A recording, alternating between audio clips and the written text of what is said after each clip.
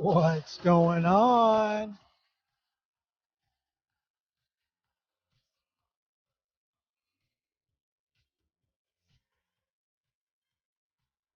Good evening. What's going on? Sorry, no show on the lab tonight. I didn't get done what I wanted to get done in order to present the show. So I wanted it to be pristine and good. And that's just the kind of guy I am. I'll cancel the whole thing before I put on a half butter. You know what I mean? You can understand that, right? You can understand all that, can't you? Yeah, yeah, yeah!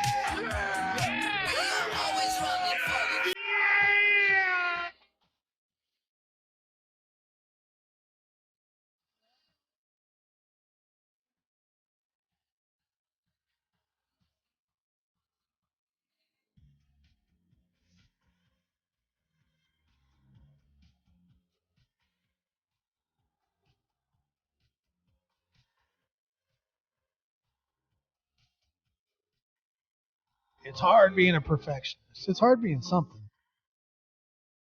Big dummy, probably. Yeah. I probably could have done it and probably should have done it, but I didn't. Did you guys see that I lost on Turtle Island tonight, finally, in the last show? Justice for All won. God bless him. I'm just glad Ryan Upchurch didn't win. He's not really a true crime guy. Um, he's more of a, I don't know, a famous person.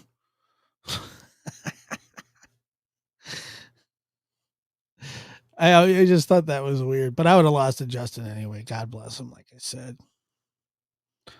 God bless him.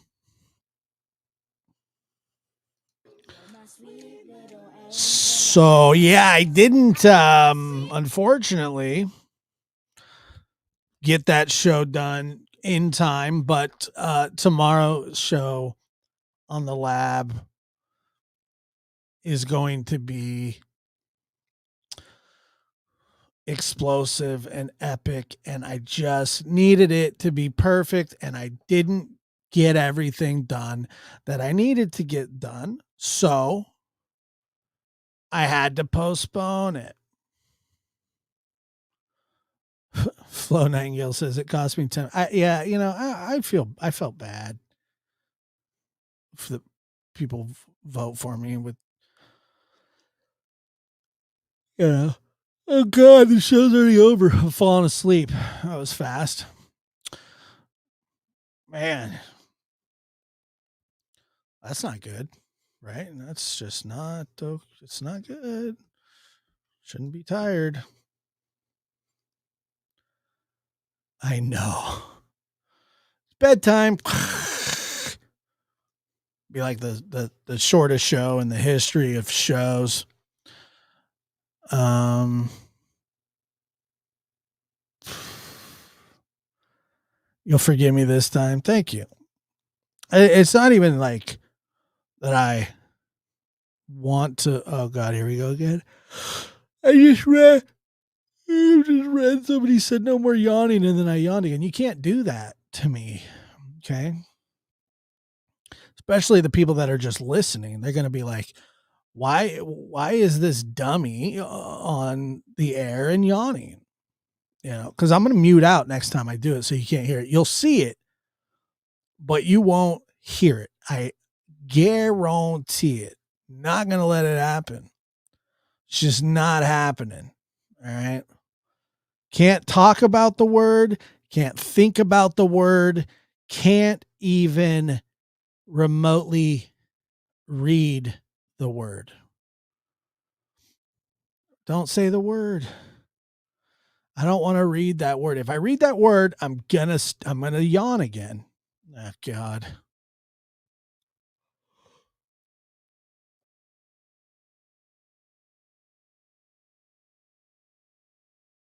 That Yeah, where everybody comes to fall asleep. Trust me. Even me. So now we've started this process of the yawns, and it's not cool. And I don't know if I'm going to be able to get out of this pattern. If I have to yawn through this entire show, it's going to be so miserable, not only for me, but there won't be one person left watching. I can guarantee it. It doesn't matter how many people we start with, how many people we get up to. The last 20 minutes will just be me yawning on the air because I won't give up. I'm in it to win it. I try not to prematurely leave the air. I'd rather just not go on. If I'd have started having yawning fits before this, well, oh God, here we go again.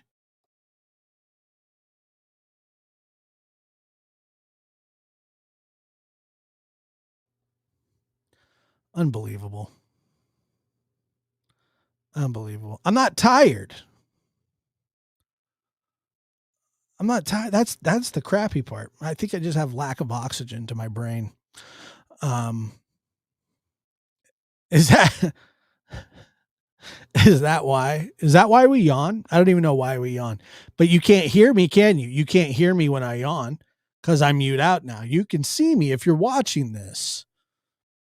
If you're only listening, you won't be able to hear the yawns. You'll just hear a long pause. But if you're watching this, you'll see the yawn, but you won't hear it because I won't let you hear it because it's not for you. It's for me. Those are my yawns, and I'm not giving them away on the free skis. Everybody eat a tomato. You yawn if you talk too much without a break. Fact.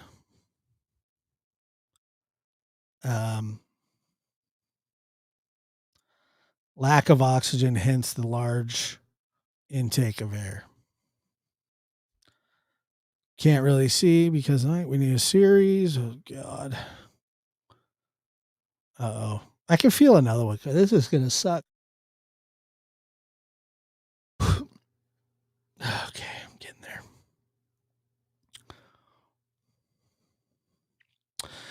Most common medical problems that are associated with increased yawning are sleep deprivation, check. Insomnia, check. Sleep apnea, check. Narcolepsy, we're on the fence. And many medicines that cause sleepiness, check. Got them all. Every last one of those things. Every last one of them. I got them all. Bam, bam, bam, bam, bam, bam, bam. Ding, ding, ding, ding, ding, ding, ding, ding. A ring, ding, ding, ding, ding. A boom, boom, boom, boom, boom. Every single one of them. Not one. The narcolepsy, that's still, I have fallen asleep eating a bowl of cereal before. And that's a fact. So does that mean I have narcolepsy? I don't know. But it doesn't bode well for my argument against it. And by the way, too much YouTube for me, check. Yeah. I'm going to yawn again.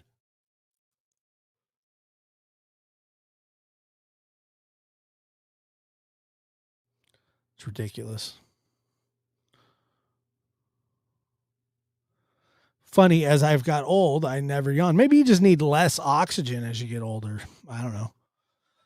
Go for a walk outside, take some deep breaths. It's 28 degrees outside. Do you really think I'm going to go take deep breaths out there? Yeah, I don't know. I fell asleep with a bowl of cereal, but I've never been diagnosed.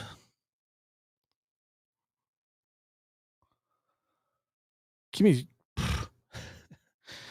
eat a snack. Maybe you need an inhaler. I have an inhaler. Read my text. What text? My doctor said that people yawn because lack of oxygen to my heart. I know. I don't yawn all the time. I don't yawn all the time. It's just happening right now because it's in my head. And I hate that. Okay, maybe let's just. You're my sweet little angel eyes. I think this is what we need. I love my sweet little angel eyes. You've got your wings, I know your spirit flies. We need this. My heart's wide open and there's no disguise. I love my sweet little angel eyes. Got me dreaming. It's needed. Trust me. Well needed. Like a big bass drum. You got me singing. Are you saying we're boring? Open up the skies. You're my sweet little angel eyes. I fell asleep in a NASCAR race in the 15th row and standing in the checkout line. Jeez. That's scary. How do they treat that?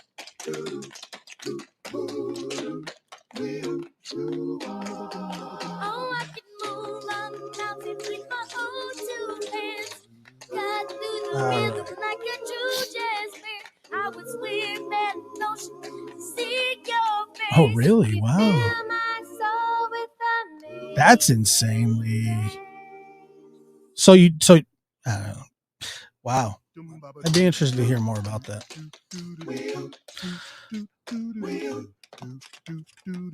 So do you guys remember my friend? He's done the show before. And he's got this thing with like baby pigeons. He's obsessed, telling me that people have never seen he's never seen a baby pigeon, and nobody has ever seen a baby pigeon. I think we talked about it the other day. And for some reason, he is just adamant about baby pigeons not being real. And I don't know why he says that. All I know is that it pisses me off. Now, full disclosure, I've never seen a baby pigeon. Never. But it's because I've never looked for one. I'm sure if I went baby pigeon hunting, I could find one. Just never seen one. But he is obsessed with proving me wrong that I've never seen a baby pigeon. So I lied to him in a phone call. Him and I got into it. It was a heated phone call. Or maybe he was on the air. I can't remember. I think he was calling in to a show that I was doing. The CEO of YouTube is resigning. I don't know. They'll probably just hire a new one. Interesting, though. I used to take Ambien. Had to stop because I kept turning off my breaker in my sleep. My God. Fell asleep from being drunk at the local Waffle House. I could see that. I don't know if I'd hunt them, but I'd hunt to find one. That's what I'm saying. It's I don't know, but I'm going to play this for you. And because he makes me mad. So like, I always want to, this was a while back, but let's see if you can hear it here. With their own eyes. Not only have I seen a baby pigeon, I've nursed one back to health. Get the out of here. I'm serious. I'm serious. You just add too many wrinkles. It's not a wrinkle, dude. I was down at the duck pond one day and I was meditating. I'm not even going to listen to this. Hold on. Just let me be. I was. Pigeons at the duck pond. What's that? I went up in the bush. You did not. Yes, I did. Oh, come on, dude. I love the duck pond. Okay, that might be true, but you didn't see a baby pigeon there. I might have saw a baby pigeon there. I can't confirm, and I'm not going to deny, though. Now, check this. No, you saw a different kind of bird. No humans ever spotted with their own eyes a baby pigeon. Yes, they have. No, they haven't. I have. What? Unless all the photographic evidence of baby pigeons are fake. Yeah, because there's some huge conspiracy to hide baby pigeons. No, it's just that pigeons are listening devices. They're not even real birds. I like how he says no. There's no big conspiracy. That yeah, I know. I did take a shower too, and it helped a little bit. I'm almost there. That's all that's left, really. So he says, "Oh, I said there's some big conspiracy." He's like, "No, there's no conspiracy. It's just that they're government listening devices." That's a conspiracy, you idiot. The part is like you're half serious, maybe 100, but I'm gonna say half. I'm just saying. And I think that Chris was. You've never seen a baby pigeon, correct? No, I've never seen one. Josh, you've never seen one. You don't know what I've seen. Correct. If you go to the duck pond as much as I do, dude, I bet you know zero people. I bet you know zero people have seen a baby pigeon. I've never asked anybody if they've seen a baby kangaroo, a squirrel, a baby anything. That doesn't. So of course they've seen a kangaroo. I don't ask them. Ask them if they've ever seen a baby pigeon. I'll just start asking everybody I ever meet. If, by the way, you'll hear in this call, it comes up. I can't remember why I asked him, but I think I saw him wear a hat. He was wearing a hat inside his house, and he never wears a hat inside of his house. And I said, "Do you never wear hats inside your house?" And then he says, "I do all the time." So I confront him about that. If they've ever seen a baby pigeon, and somebody's going to say yes. No, you fucking don't. Just like you don't wear hats in your house. I wear hats in the house, and I ask people if they've seen baby pigeons. I wear hats in the house, and I ask people if they've seen baby pigeons. How did this even start? Because I asked you like a year ago if you've ever seen a baby pigeon, and you lied and said you saw one at the duck pond. I didn't lie. I said I saw one and nursed it back to health. No, you said you saw one at the duck pond. Dude, I went to the corner market and I got some milk. I got some milk and I had a baby bottle in my trunk. You didn't fucking milk a baby pigeon.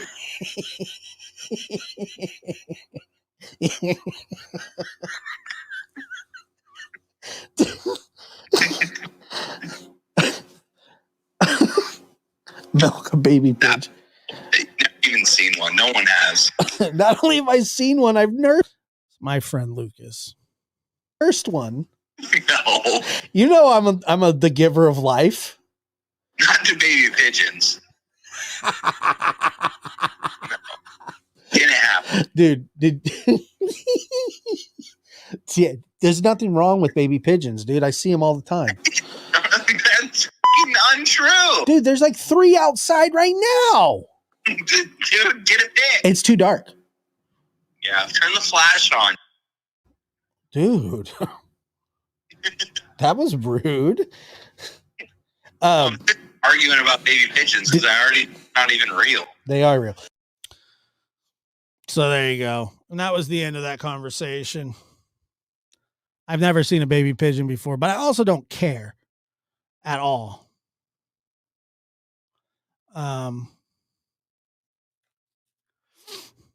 Yeah, he says that they're listening devices by the government. I'm not even sure if he's joking. That's the scary part. Like, so I kind of think like maybe he's joking, but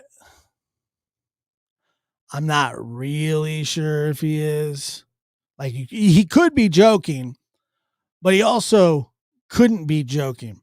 So I'll tell you a little something about our boy Lucas here. When Lucas lived at home, he was exiled to the garage. And the garage was nothing more than a cement floor, no carpet, very shoddy sheet work or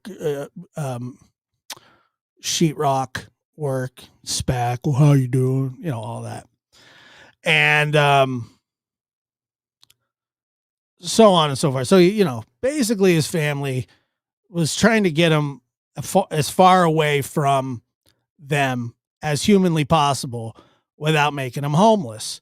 And you could hear why in that phone call. So they move him out there.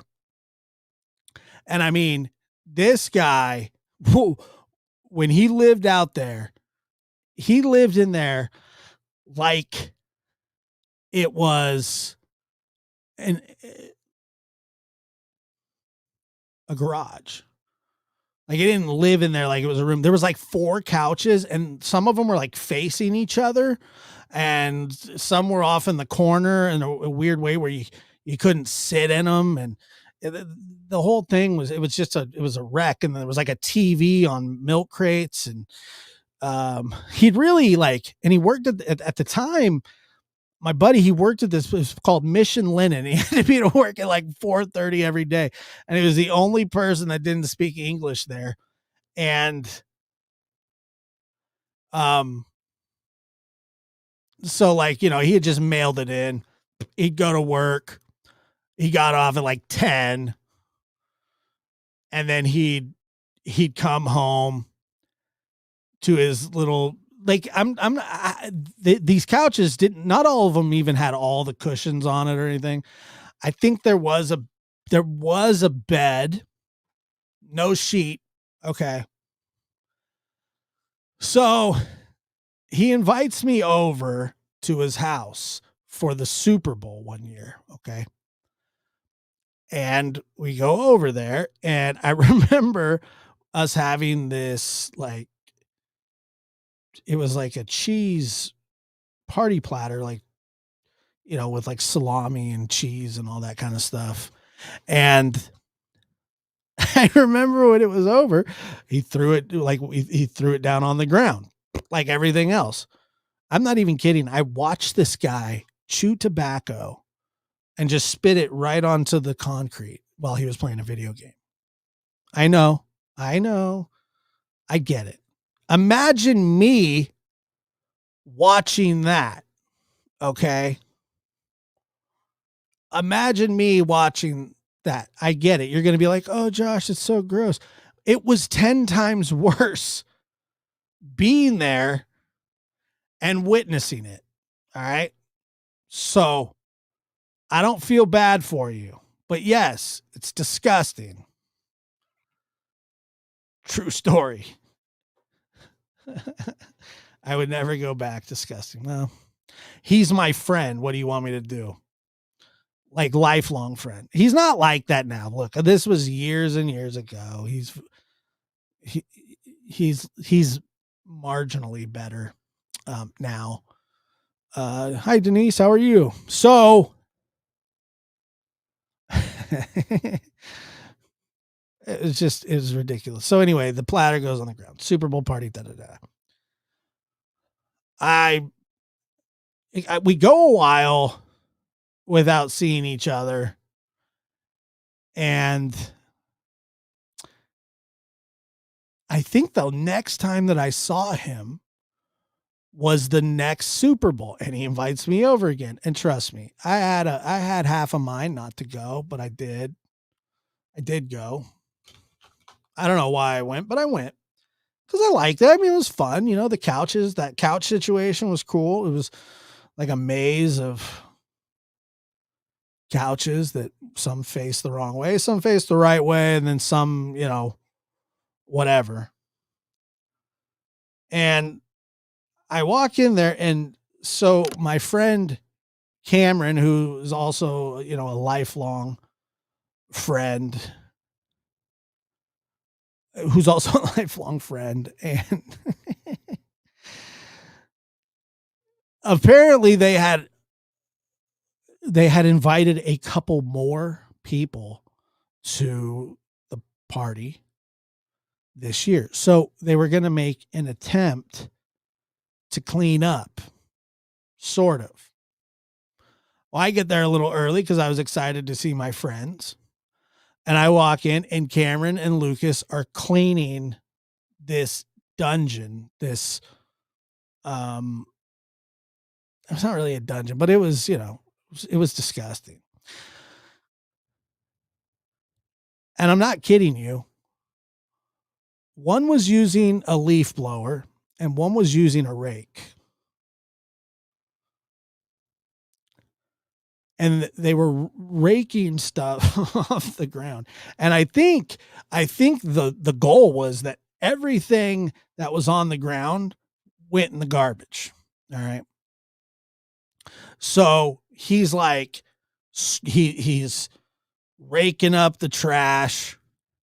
Cameron, he's leaf blowing in the house. Ridiculous. Never seen anything like it. So then I see Cameron takes the rake and he decides to go under the bed with the rake. So he goes under there and he starts pulling stuff out with the rake. He's cleaning this place with a rake. It's like a rake from the garage. It was the same rake that had been in the corner for the last 2 years. And out comes the old cheese party tray from the year before. And I thought, God, I'm going to have to get a tetanus shot or something because it was gnarly. But when I saw that, I was a year. It had been there a year. I mean, it was really, really unbelievable.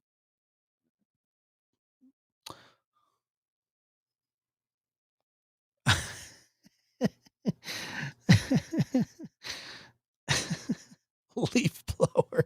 Yeah, well, what he would do is he would open up the sliding glass door that was in there, and they would just blow whatever. No, there was nothing left. It was just a tray. And it was just funny because I remember I remember him throwing the tray down on the ground, just like, oh my God. That place was it was gnarly. It was in a garage. You got to understand, like his parents didn't love him anymore. Like they wanted him gone. So, without anything, they just really put him out in the garage. The weird part was he liked it. Like he really enjoyed himself out there.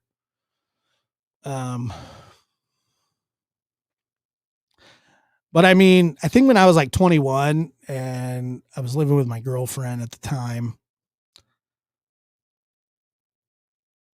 I remember we had like a real Christmas tree and it was up to like June.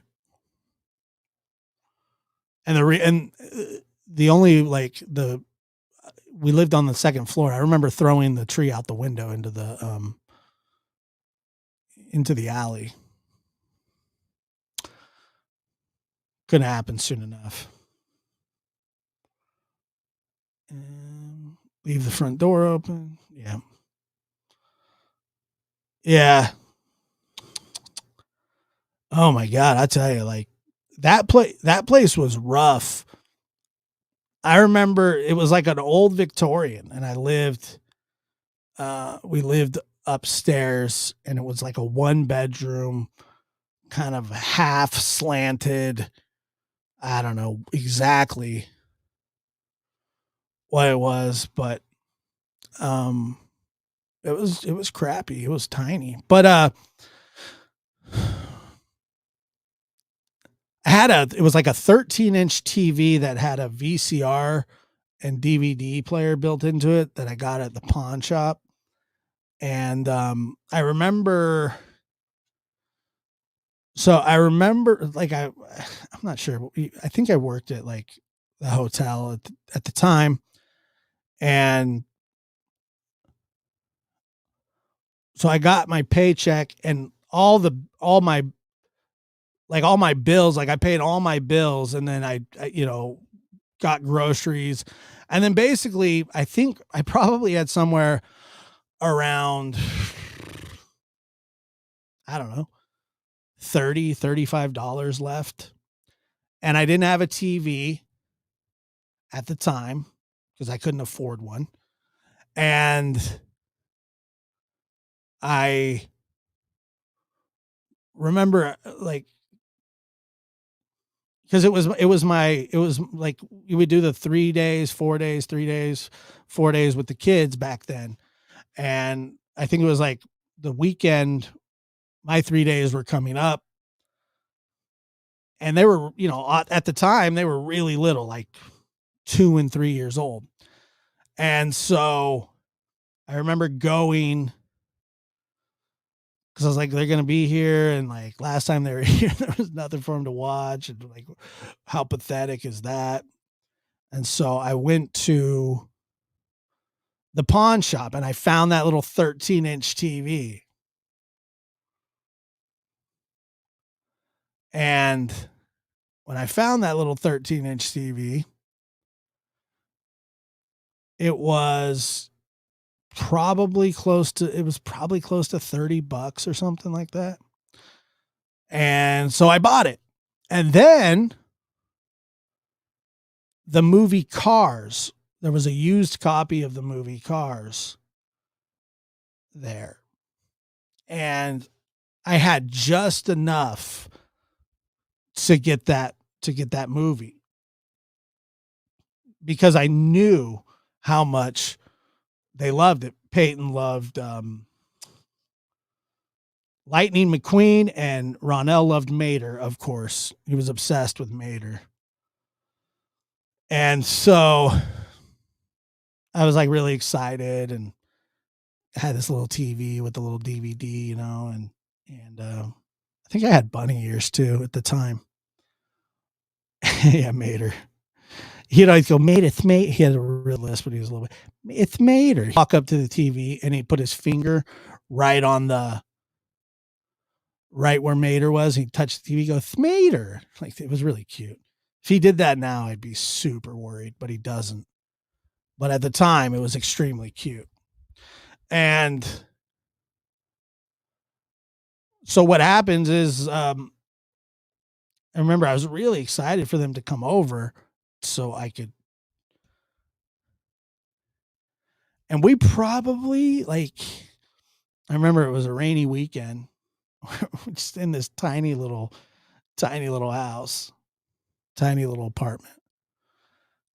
We probably watched Cars and the bonus features on the DVD. Probably over those 3.5 days, probably, I don't know, 14, 15 times.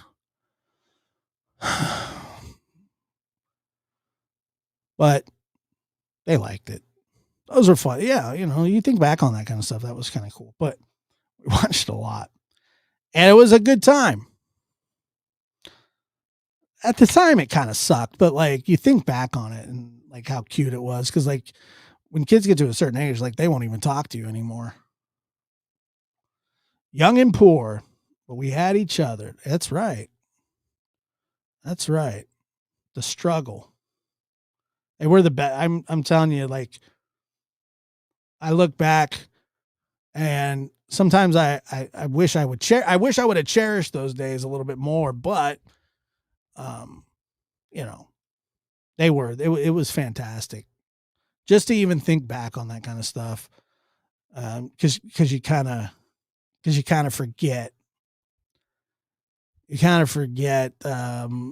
kind of what led you up to, anywhere, like where you're at or whatever. And yeah, it was a lot of fun. They were so cute. Now they're just.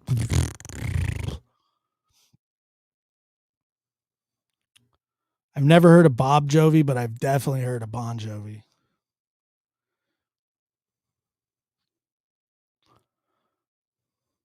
I remember I had this assistant one time, and I had just hired him. He had just got out of the military, and he was working for me. His name was Dominic, and boy, was he dumb. I really liked the kid a lot, but he was one of the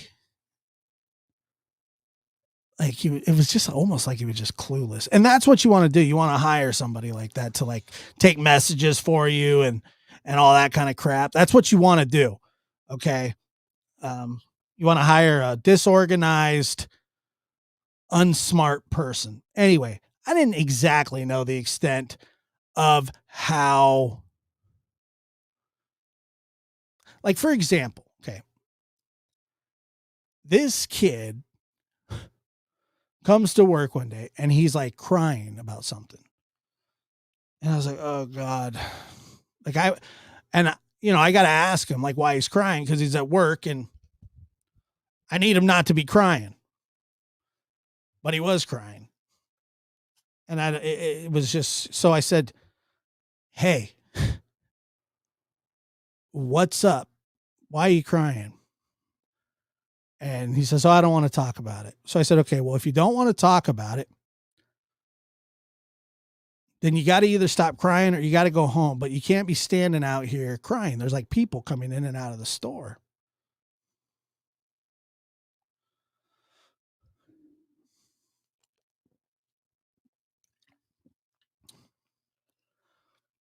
So then he's like, yeah, I'll tell you. I says, okay. So I take him back in the office. And he goes, my Huskies, he had 2 Huskies. My 2 Huskies got out last night. I said, oh yeah? He says, yeah. And they killed some sheep. Like my neighbor's sheep. They killed like 4 of their sheep. And I was like, wow. And he goes,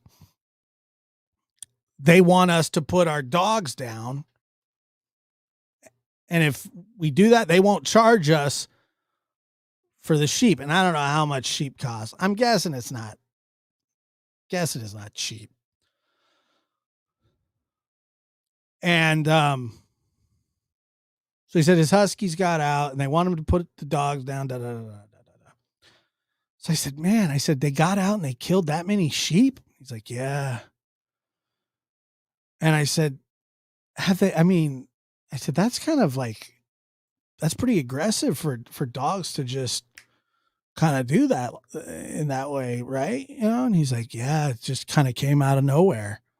I said, yeah, that's a really bad situation. And I said, they've never done anything like that before. And he goes, no, other than the time they killed those potbelly pigs.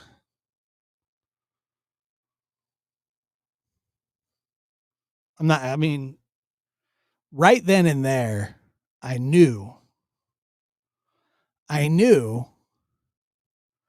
that we were dealing with the short stack. It's just the dumbest thing I'd ever heard. No, they've never done anything like that before, but they did kill a couple potbelly pigs once. Like, what the hell? A couple potbelly pigs. Like, great. Okay, so your dogs are predators. You have them in the city next to a field of sheep. That's the dumbest thing I ever heard. No, they've never done anything like that. And I'm going, yes, they have. Well, yeah, but those were pigs. Those weren't sheep. They never killed sheep before. I was like, I don't even like, I love dogs, but like, I don't care what happens to you. This is the stupidest thing I ever heard. They only killed pigs. So anyway, back to the Bob Jovi thing. It reminded me of this. So this guy, I come back from lunch and like we'd have these pieces of scrap paper that people, you just leftover printer paper or whatever and they would chop it up into force and take messages and leave them on the desk because I didn't have a voicemail because I hated voicemails. Emails was much better. Voicemails. Yeah. All right. So I come back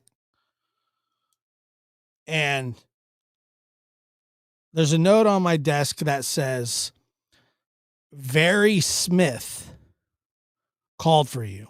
Very Smith, Very, like, very hungry, Very Smith. Okay. No phone number. And I always say, get the phone number because I don't want to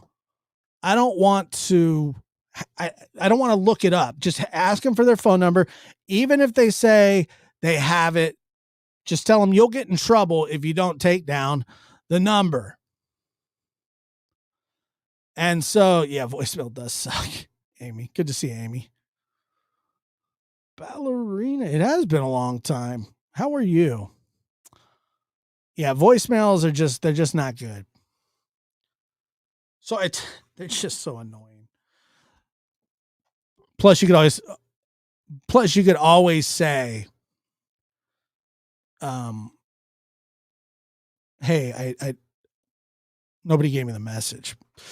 If somebody leaves you a voicemail, they'll be like, I left you a voicemail. Oh, my voicemail didn't work. But anyway. So he's a Very Smith call. Very Smith. So I walk out and I said, hey, who? Very Smith. I said, there's no phone number. He said, oh, you have his phone number. I said, I don't have anybody's phone number by the name of Very Smith. I've never heard of a Very Smith. I said, you sure it was Very Smith? He goes, I'm sure. I said, Very Smith? And then he said, yes. And I said, that's weird because I have a client whose name is Barry Smith, but I don't have one named Very Smith. I have somebody's number by the name of Barry Smith, but I don't have a Very Smith. And I said, so is it Very or is it Barry? And he says, it's Very. I said, I have a customer by the name of Very. Okay. And he goes, yeah, man, that is strange. Yeah. Okay. It was strange. It wasn't strange. Very Smith. I've never heard of the name Very. Very Smith. This guy. I mean, just the nicest guy you ever met. Yeah, he did double down. He always messed up my messages. Constantly. Thinking back, voicemail would have probably been the better option. Very Smith. I mean, I've never heard of such a thing. Ever in my life. Never. Never. And he didn't make it that long. I can't remember why, though. I'm sure it wasn't good. That was the one thing, though. Bob James. I actually saw Dominic not that long ago. He was at he was getting his hair braided. He had I don't know if they were dreads, but they were close to it. And he told me that he left the military because he wanted to grow his hair out. That was a fact. He said, I want to leave the military. Or they said, you have to cut your hair again. And he's like, but I don't want to. And they said, well, we'll discharge you then. And for some reason, he thought that was the good way. That was a good way to go about it. But yeah, I saw him. He was getting his hair braided.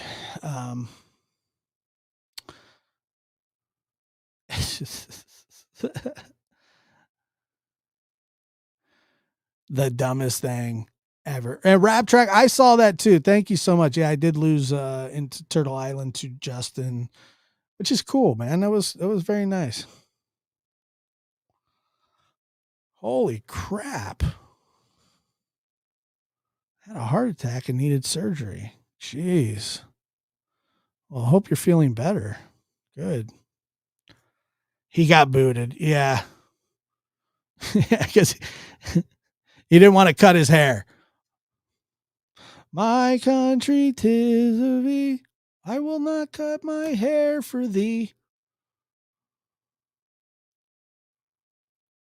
Yeah, it was cool. Thank you.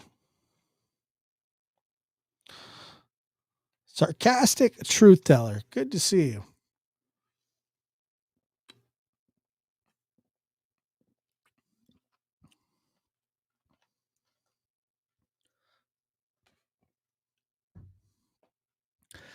Yeah. Those were the days. Very Smith. It was really cool having your own business too, because you could legitimately hire your friends. And I did hire my friend.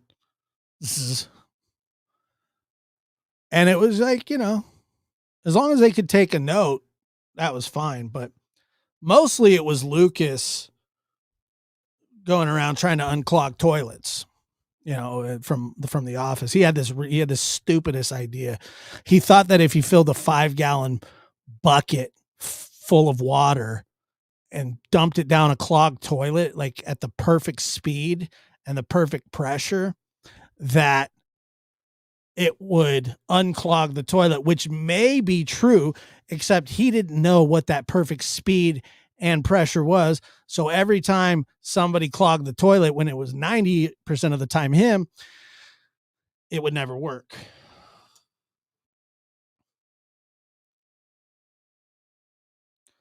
Like ever.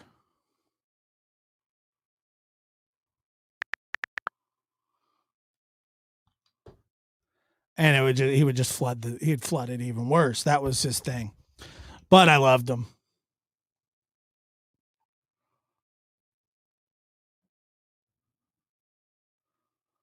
It was funny. You just see him running around on the video cameras with buckets of water, and you're going, well, look, Lucas is going to unclog the toilet again. And then when it didn't unclog, you'd see him like run for the mop or whatever. And yeah, that was just kind of the common thing with that guy. He loved to do that. He told me about a janitor's convention that he went to. One of the funniest things I've ever heard. Ever. Yeah. You got to love our friends, but it's just ridiculous.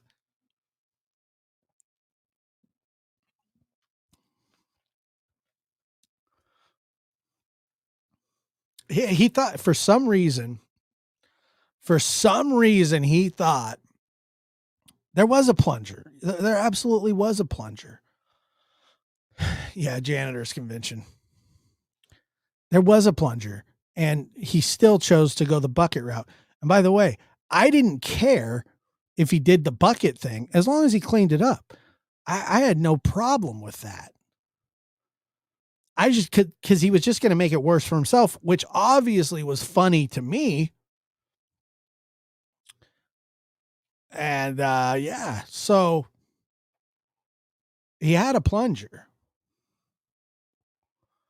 He didn't like using the plunger, but he had the plunger.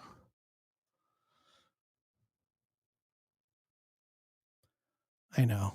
It's just really kind of a, you know, ridiculous guy, but you got to love him. You got to love him. Here, I'll play you a little soundbite from, let me see if I can get there.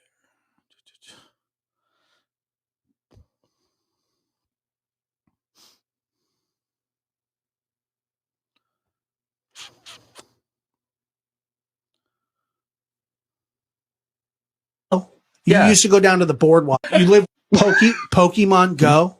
You used to go down to the boardwalk after work and play. No. God. Yes, you did. Misrepresent everything I do and say in my life. I'm not trying to misrepresent Pokemon Go. That I planned going down to the boardwalk to go play Pokemon Go. Did you or did you not go down to the boardwalk before and play? I have. Pokemon Go. So then he gets mad at me after I tell him, dude, I'm not, you know, come on. Listen to that again. Pokemon Go. You Yeah. used to go down to the boardwalk after work and play. No. God. Yes, You you did. misrepresent everything I do and say in my life. I'm not honestly. I'm not trying to misrepresent That I Pokemon like. Go. That I planned going down to the boardwalk to go play Pokemon Go. Did you or did you not go down to the boardwalk before and play? I have. Pokemon Go. He was so sour about that. And by the way, he was 25 or 26 at the time playing Pokemon Go. Because I remember asking him, like, hey, you want to go get something to eat after work? Nah, man, I have plans. Oh, yeah? What are those plans? Oh, we got to go down to the boardwalk. And then I would always say, because he was with this girl at the time, I said, why are you going down to the boardwalk on a Tuesday after work? Oh, well, she wants to go. And I said, so? Well, she likes to go to the boardwalk. And I go, for what? And she goes, well, her brother's in town. I said, so? It's her brother, but she wants me to go to the boardwalk. Okay. So then I was in Old Town, and the boardwalk runs all the way through town. And I could see him down there on his phone. And I was like, her brother. And I looked, and the guy was like 20, right? So you got a 20-year-old and a 26 or 27-year-old, both of them playing Pokemon Go. I'm laughing. I thought it was hilarious. So I see him the next day. I said, I saw you down there playing Pokemon Go. So when I asked him about it, and he denied it like he always did. You live Pokemon Go. You Yeah. used to go down to the boardwalk after work and play. No. God. Yes, You you did. misrepresent everything I do and say in my life. I'm not honestly. I'm not trying to misrepresent That I Pokemon like. Go. That I planned going down to the boardwalk to go play Pokemon Go. Did you or did you not go down to the boardwalk before and play? I have. Pokemon Go. Oh, I love that at the end, man. He was pissed. He was so mad. I have. All right, then. That's what I'm saying. I have. He was pissed.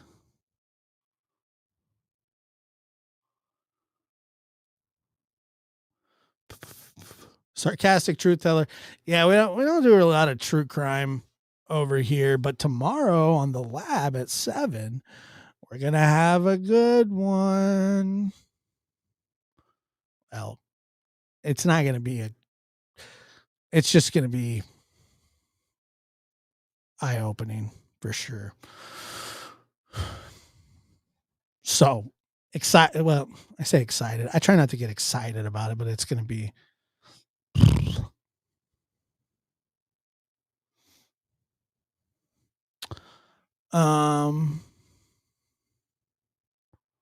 yeah, he liked it. He liked to go. He used to play this dumb game called Hearthstone all the time. It was like yeah, Hearthstone.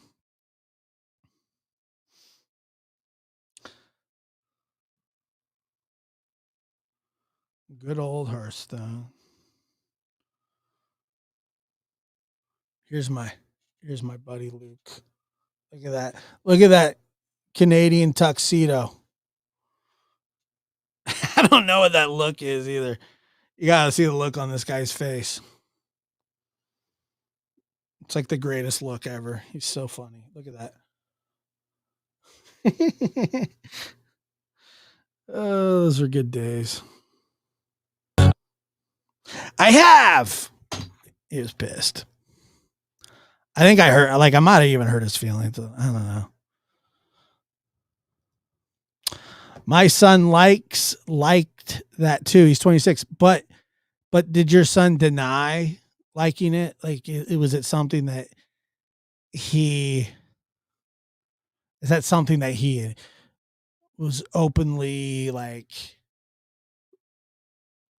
flamboyant about Pokemon Go? Was that because I was just like, dude, you were probably playing Pokemon Go.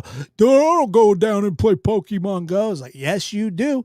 No, I don't. Have you played it before? You misrepresent everything. Have you or have you not? I have. He was pissed. Tiger got out of his cage in a quick hurry, folks. I have.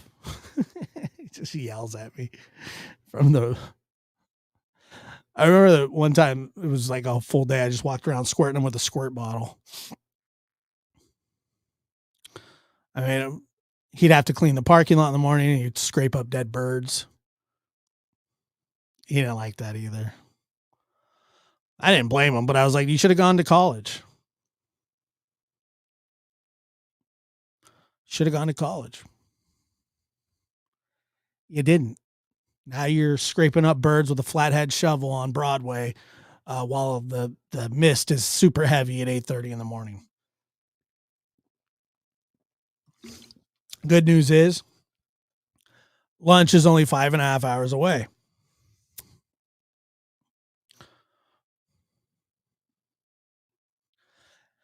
Kimmy says, have a good night. Josh, mods, and chat having a hard time staying awake. That story of this channel. See you tomorrow night.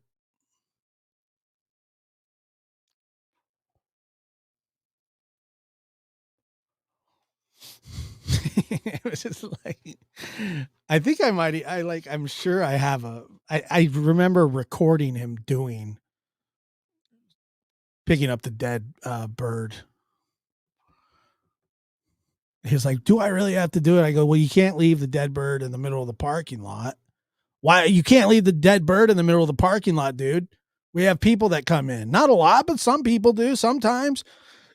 You're like, well. So he's like, how am I going to get it? I said, well, you got two options. You got a flathead shovel, or you can put gloves on and pick the bird up and walk it over to the dumpster. And he was just like, no, that's gross. And I said, I've seen you spit chew onto the floor in your bedroom. I think you're going to be okay. I think everything's going to work out just fine for you, buddy.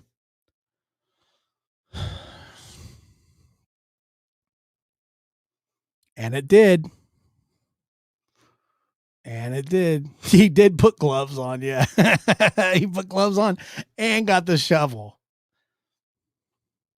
It was funny too, because he used that shovel all the time. Because like if somebody took a dump in the parking lot, he'd have to clean that up too.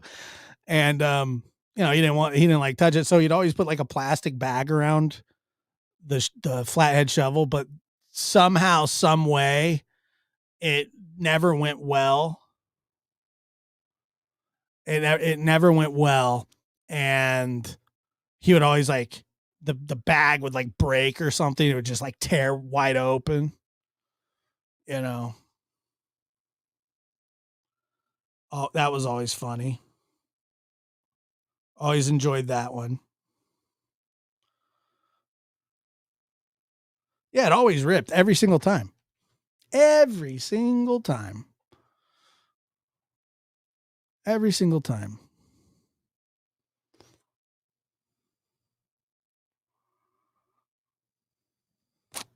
Josh, how amazing are the dogs that went to the earthquake rescue from all around the world? They are something. They're something else. I'll tell you that. They really, really are. No college for single mom of four, just jail. It wasn't a hefty bag, and it was a store bag, like a little thin teal store bag. and if you didn't get what you were scraping up, like and you hit the pavement, well, it just rips. Like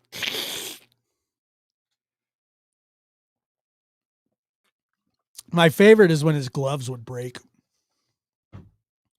That was my favorite.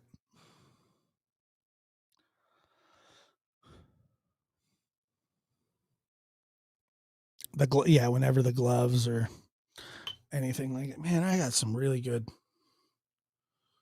I'll have to show you guys some of these old Snapchats that, like, there was a point where I thought it was possible that he may try to kill me.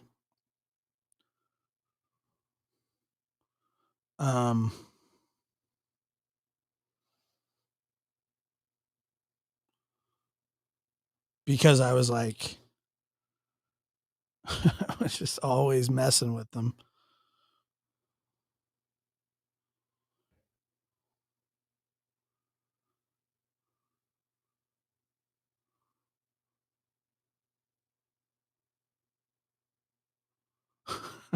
Here, I'll show you a good one here.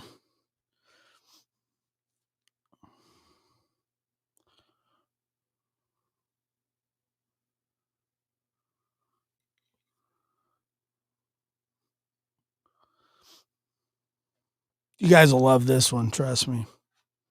Probably not, but let me see. Yeah.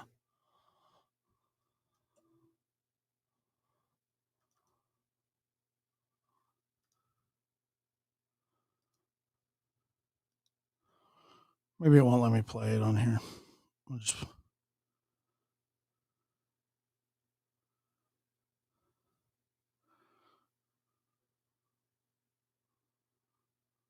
It was just like things like this. Like he's up on a ladder. I show up. I'm going to hit him with a baseball. He blocks it with the coat rack hanger. There I am. There he is. Whack. It was just easy prey every time.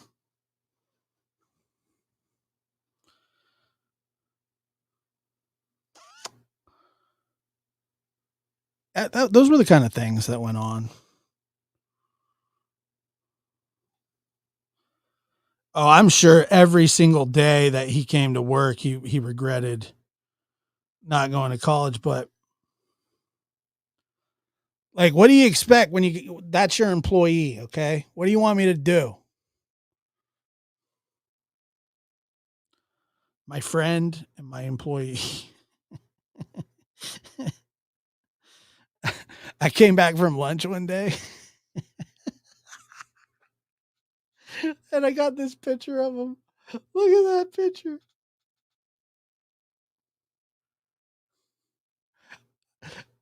If you've ever seen depression, that's what depression looks like.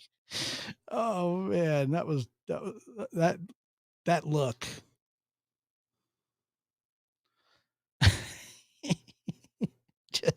just beat down. Just beat down from the day. He was, yes. He got paid to do nothing but ruin stuff.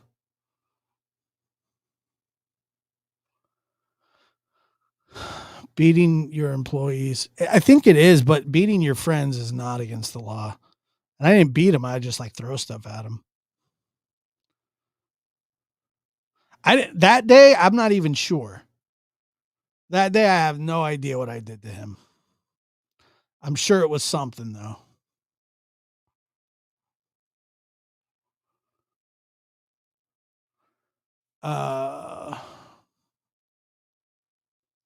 It was I definitely did something to him that day. Maybe I didn't. Maybe it was just that week, that year, or whatever. I mean, he deserved it.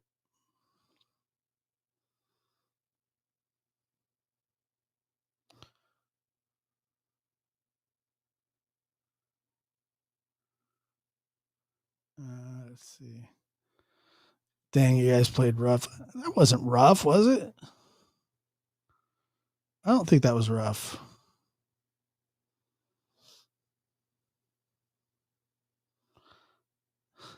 Those were good times, man. Those were really good times. But you know, tell these guys more plunger stories.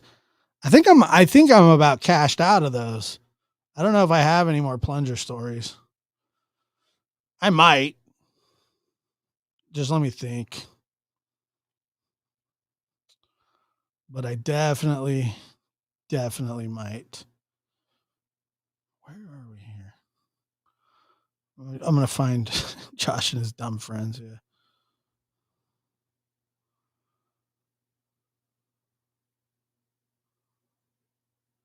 There's gotta be another one.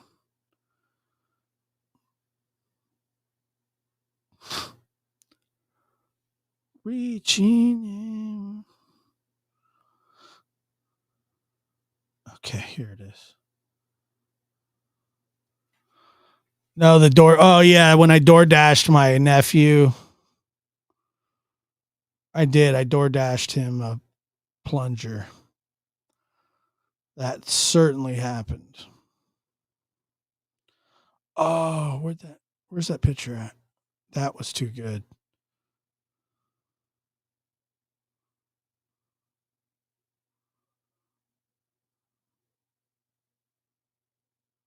Jeez. Sorry, K Mitch. See, I'm sorry to hear that. That's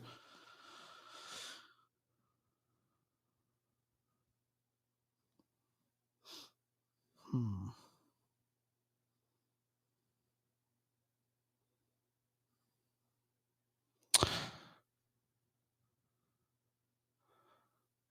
Josh, my phone sucks. I need a new senior citizen ARP phone so I can get notified.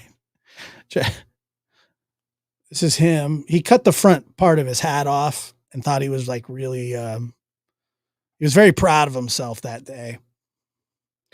So what he did was it was a normal hat like this, and he took scissors, and this took him, I'm not kidding, like 2 hours to do it. And then once he did it, then he went around the rest of the day wearing it.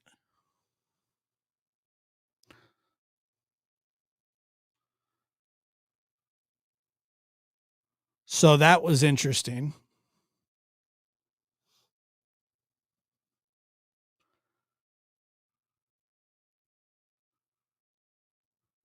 He's missing the spinner thing. He's missing the something.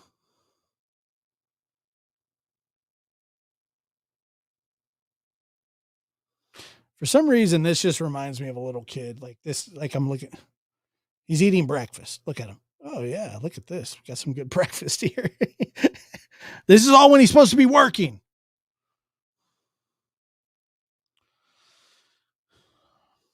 But he wasn't. But he wasn't working, was he?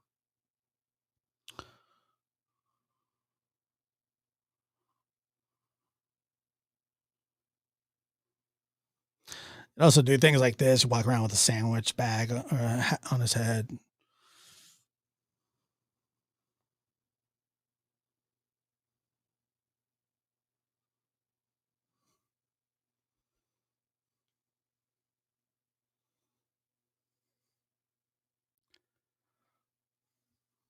Anyway, I was trying to find the one of him cleaning up the bird.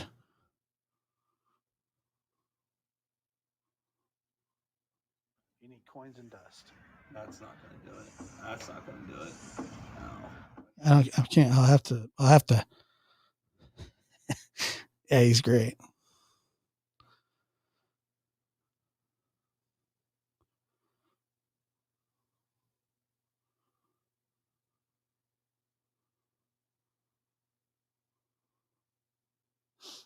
There's got to be one here somewhere. Where are we at? Come on.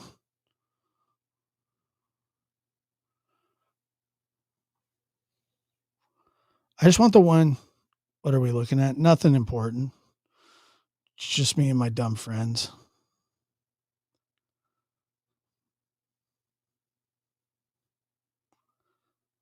Let's see. I'll have to find the bird one, but that was, oh God, I love this photo. Look at that. That's art right there, folks. See that? That's art.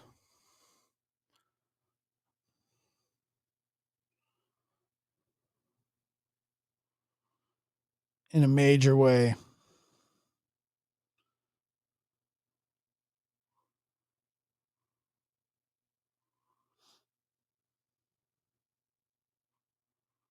Every boy should have his own plunger. Really? I don't know. Seems like a lot.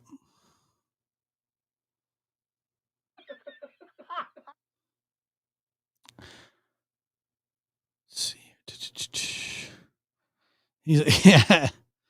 He's always happy. He's a happy guy. Where the wind blows. So anyway, the good old days. But it would have been fun if it was just him and I. But then, like, I had like 20-year-old part-time college students, and then they'd have their breakdowns, and then you'd have. I just wasn't meant to like manage 20-year-old college kids, because a lot of the times the people that you would hire, you would have to, like, to get anybody decent, you would have to know somebody that knew somebody. And a lot of the times they ended up knowing each other. But that means that they'd have a history. And then sometimes they would be like, I'm not talking to that person. I said, well, you're at work. You're going to, I'm not asking you guys to like start from day one of your life story, but you have to communicate with each other when you're working. Like, you just have to. And then it would be like two like, 19 or 20-year-old girls were fighting. And when I would call one into the office and say, hey, like, you guys got to knock this off, one would start crying. I was like, I'm just saying, you don't have to like them. You just have to work with them. I was always trying to tell people, you don't have to like the people that you work with. You just have to be respectful of them. Nobody's asking you to go out and like hang out at the bar after work. But there's like a million people in your life that you're going to come across that you have to communicate with or deal with or whatever every single day, that you don't want to, but you're just going to have to. You just have to do it, right? Nobody wants to.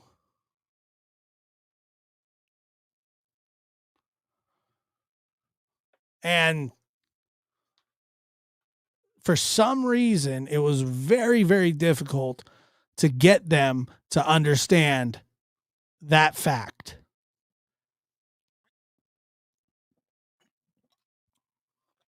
Like, if you play on a team or you're a part of a book club, not everybody, you're not going to like everybody.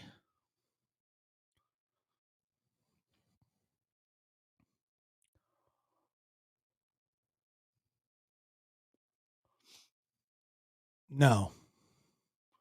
I don't have a rash on my hand, but thank you for noticing. Only in this chat. Like, that was the real question too. That wasn't it's paint. That was a real question. Is that a rash on your hand, Josh? Do you have hemorrhoids? It's my favorite. Just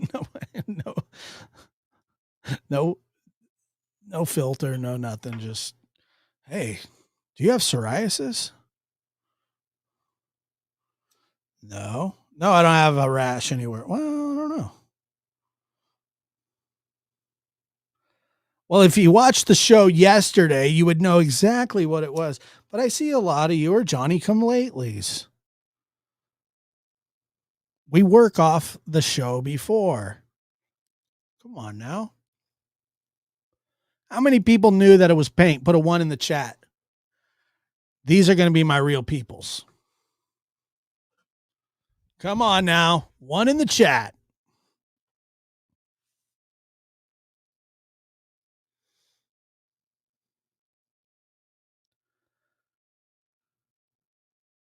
Look at that.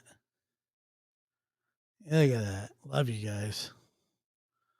One in the chat. See? They knew what it was. I told you I wouldn't tell you what I was painting, but I told you that it was paint on my hand and it's not nail polish.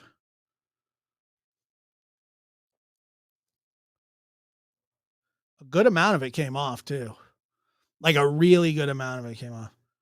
What do you, no, I'm not going to tell you what I was painting because here's why I'm not going to tell you guys what I was painting. Because when I told you that I was painting, what happened was people started telling me how to take it off. They said, here, use sandpaper, use battery acid, use, I don't know, boiling water, you know? And I was like, well, whatever. I'm not going to even tell you what I was painting. I'm not going to tell you. I just found this channel last night when the show was almost over. Lori, do you sub over at the lab or do you even know what that is? Somebody told me to put gasoline.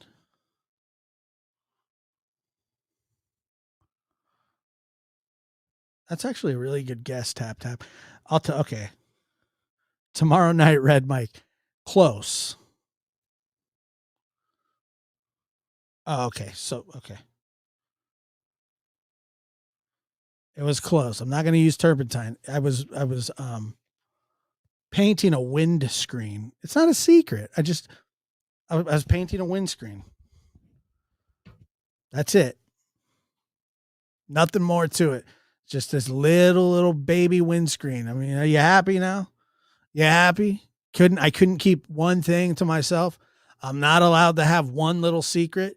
I can't just keep to myself what I painted. I tell you guys everything about my life, basically. And all I wanted to do was keep that little bit of information for me. And somehow you bullied it out of me, and there it is. So enjoy. All right. You just it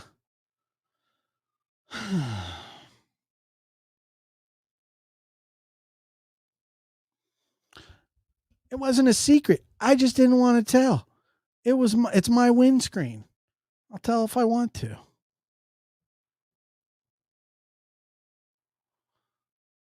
How the heck do you get paint on the back of your hand that bloody big? I don't know. I'm not a professional painter. If that makes sense. This is a windscreen. Okay. Here, let me just help you out here. Okay, so this right here is a windscreen. I painted one of these. It's the rounder one. I painted one of them. Red. Hints. I don't know. It got everywhere. That's a windscreen. You happy? Anything else you want to know? Social Security number or...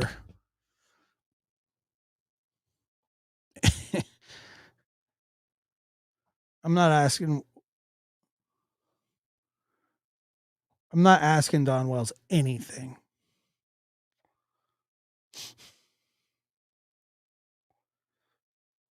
Why would you need gasoline? To get the paint off my hands. That was one of the chat's recommendations for your host, was to pour gasoline on my hand. Then there was sandpaper, turpentine. There was a few others that weren't the best. Let's see. I'm trying to think what else was there. I don't know. I don't know what kind of paint it is. I don't even care. I didn't look. I didn't research it. I figure in like 4 showers, it'll be gone. That's just how I live my life. I'm just out here doing it. All right. Sometimes you have a little paint on you. Sometimes you don't. It's no biggie. It's kind of like the summer. Like it's like, summer 23 is coming up, folks. And we're going to be vibing. And there might be some paint and there might not. Janice K says, should that even be painted? Probably not, but I did it anyway.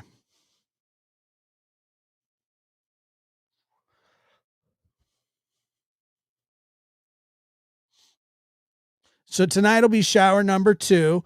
Most of it's already came off. You won't even see it tomorrow. I should have left my camera off because I was like, oh, look, they're going to be like, hey, he still has paint on his hand or blood or blah, blah, blah, blah, blah. Although Peyton did ask me earlier if I had blood on my hands.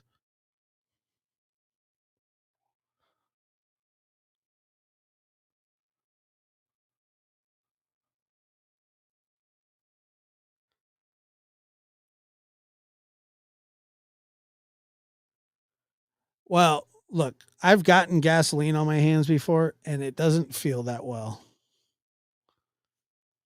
It actually hurts a little bit. I've spilt a lot of gasoline like on my hands. It actually swelled up a little bit.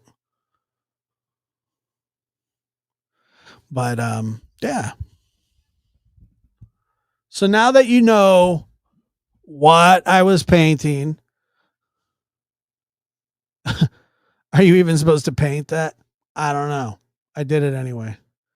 Yes, I've had a bath. I've had a bath. Yep. Sure have. This is the craziest thing. Why do people care so much? Like if you see, okay, like if you saw like a homeless person and they had like crap all over their hands, you wouldn't ask them what they had on their hands, would you? No, you certainly wouldn't. You'd be like, oh yeah, that person's homeless. Like, but you wouldn't bother a homeless person about it. But just, you know, I wouldn't. I wouldn't ask a homeless person what they have on their hands. Would you? I wouldn't. You don't just like, do you have a rash? There's 100 people watching. Do you think I want to talk about if I have a rash or not? I miss the old radio.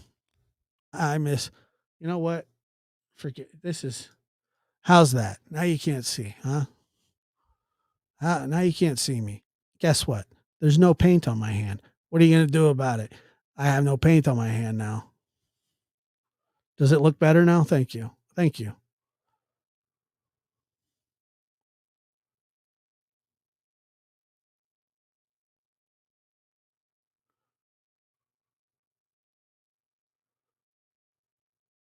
Were you ever on radio? Not necessarily. No.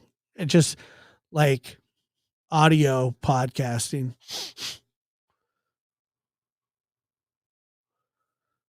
Audio podcasting, which really seems the way to be, apparently.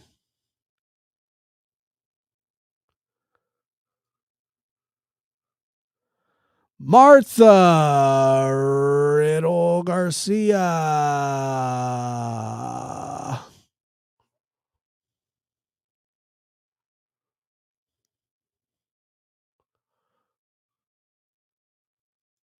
I mean, I've been on the radio before, but I never like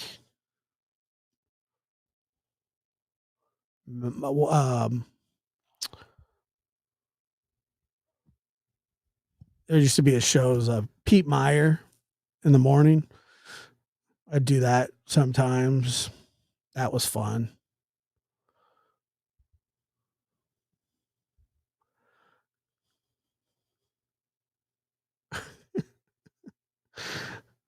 It's ridiculous. Look, my hand's all better. Bubba the Love Sponge on the bone. Love Bubba. Bubba the Love Sponge. You can see what? You can't see anything now. This is how it was meant to be. Audio from here on out. No more face, no more nothing. You're just going to get the sweet sounds of my voice. Hey now. Because that's how it was meant for.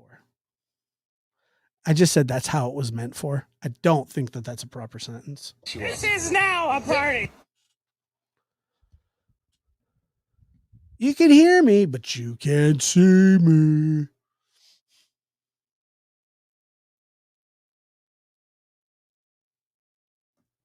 Suckamuckagus. Nope. Too late. We've already went on an hour and a half of the hand. Hey, Josh, do you have a rash? No, I don't have a rash. Thank you for asking, though. I'm not hiding. I'm right here. You just can't see me because I can't see you. Fair's fair. Snoop Dogg.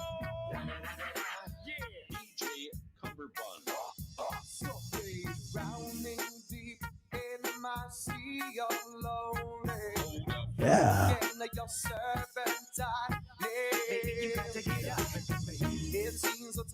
Where the wind blows, I know. Just kidding. No pink eye. I got no pink eye either. I remember that was a thing too. Everybody's like, dude, you have conjunctivitis?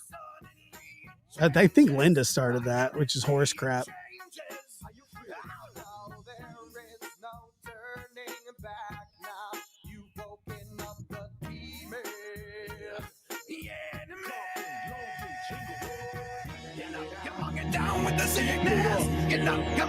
But I definitely didn't have pink eye.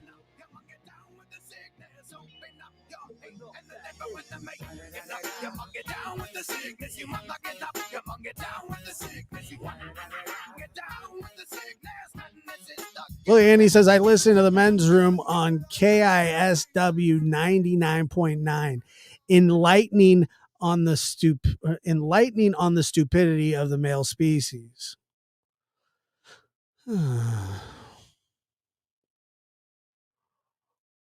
Interesting.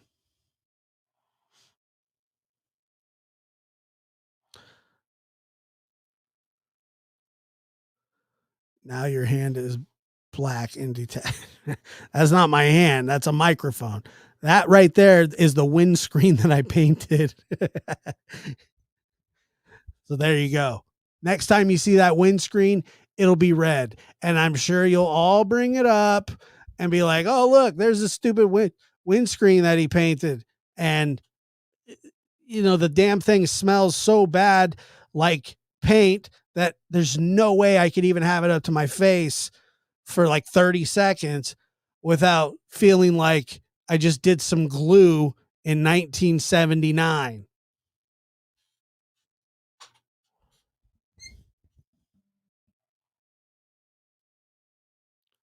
No, it's outside because it reeks.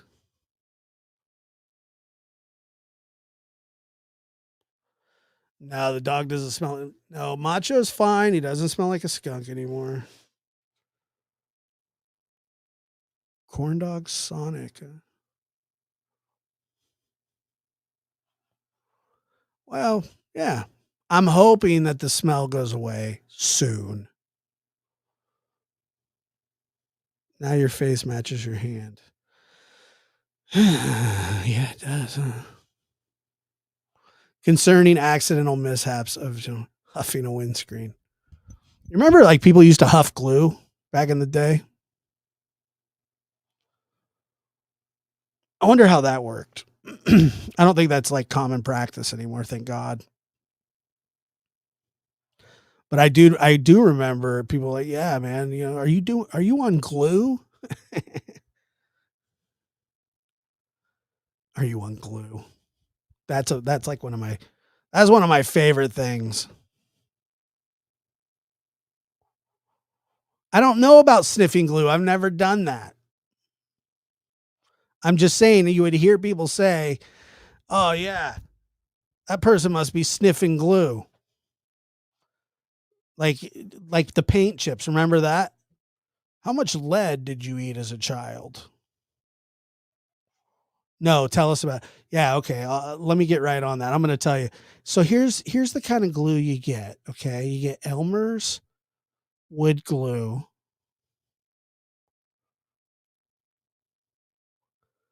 You put it. I'm just kidding. I'm not going to tell you. I don't know how to sniff glue. Am I the only one that has ever heard of people saying that they've sniffed glue? Like, that can't be real.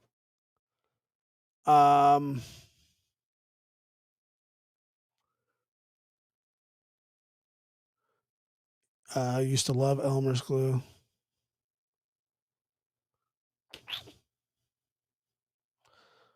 See, Celeste comes through in the clutch, especially when I need her the most. Good grief, yes. I knew a guy who almost died from that. He and some others were sniffing a paper and he accidentally drank it. By the way, Celeste, I was going to tell you. Actually, let me just do this right now.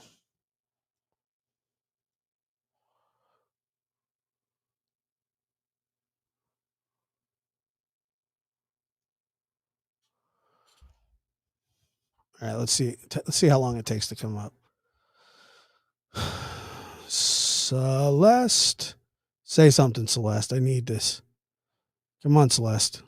Say something. Say something. Say something. Where you at, Celeste? Celeste, you have been modded. Welcome, True Crime Utah and Celeste. Appreciate you guys always being here.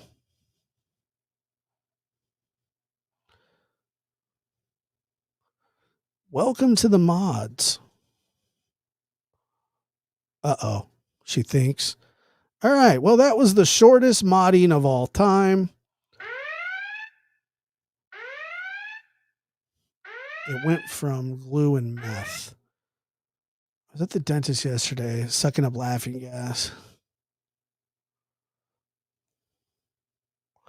Exhaust fumes were a big deal. Yeah, they were. See, Love America's in the house. Was that right, Janice Gay? Is that what Aaron Carter died from? Huffing paint? That's sad. I know that there's people that, what was it, ketamine? I think. And also True Crime Utah and Celeste, we're going to mod you up over on the main channel as well. So if you so choose, we'd be happy to have you. And definitely would be very happy to have you guys.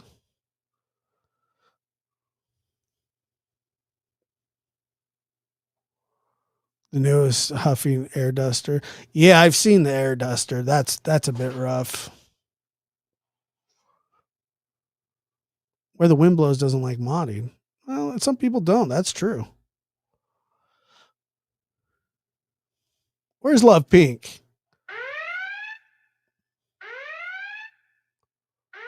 Where's Love Pink at?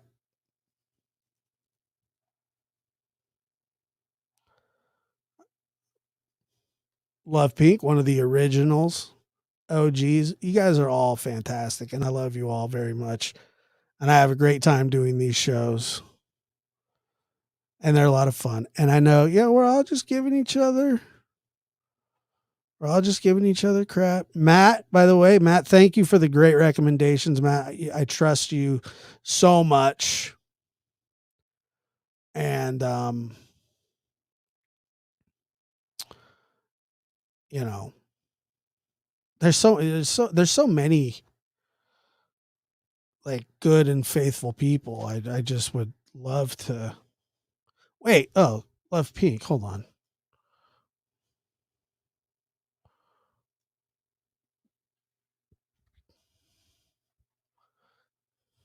There you are. So anybody, yeah. I mean, if you're a mod on the other channel,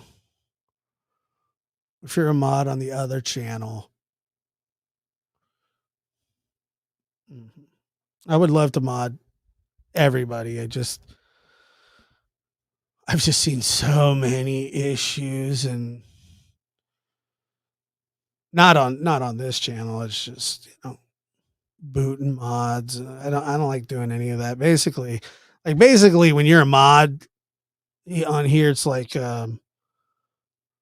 it's till death do us part. I'm just kidding.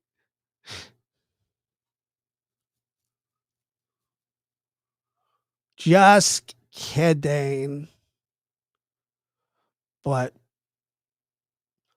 as the channels grow, and they are growing, that we do need more help, and so we're never done. Other channels, I'm taking your wrench. I've never said that to anybody. I don't think I've ever said that to a person. I've had a couple leave, I think like 2. But our mods are pretty tight.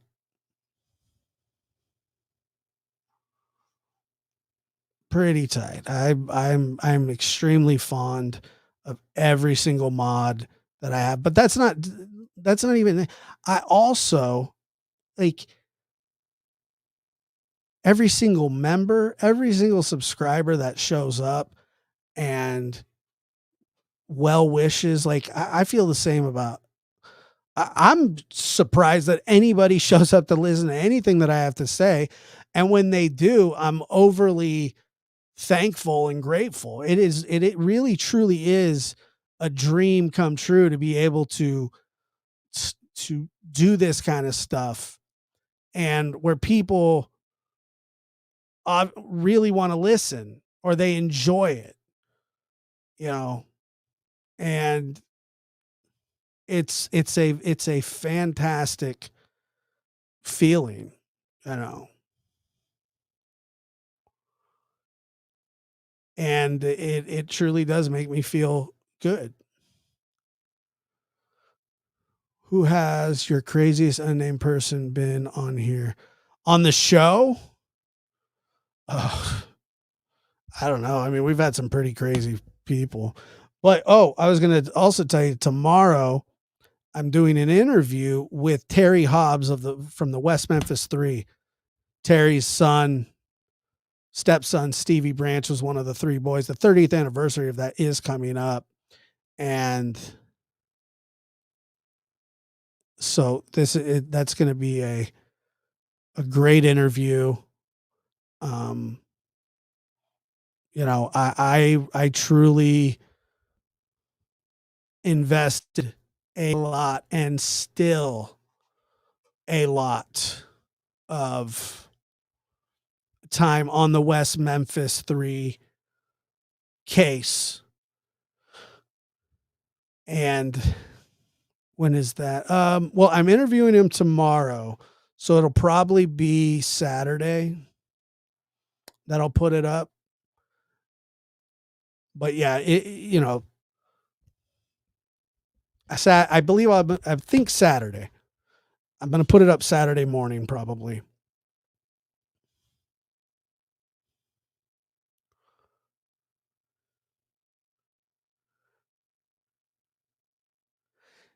Yeah. Yeah. I am, somehow, some way. Thank you, Jody. I appreciate that. But I'm definitely going to stay away from any more chemicals on my hands for now. Thank you.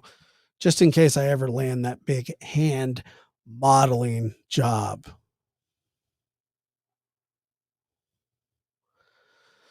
The West Memphis 3 was where it all kind of started for me. If I just couldn't get away from that case, and like so many other cases, I did so much looking into the West Memphis 3 that wear gloves when you paint. Celeste, I'm taking your wrench.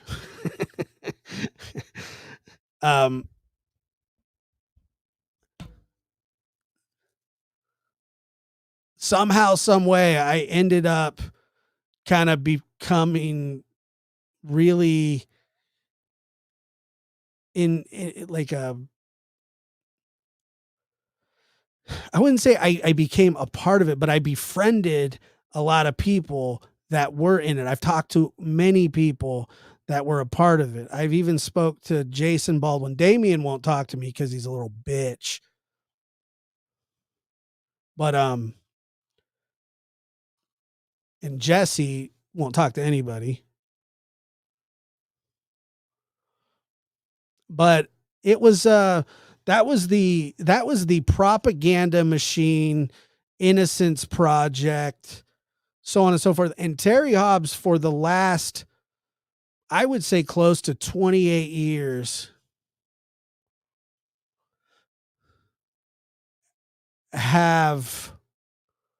he has been accused of being the one who killed the 3 boys, with basically no evidence other than a hair found in the shoelaces of one of the little kids. All 3 little kids were in his house that morning. One of the kids was his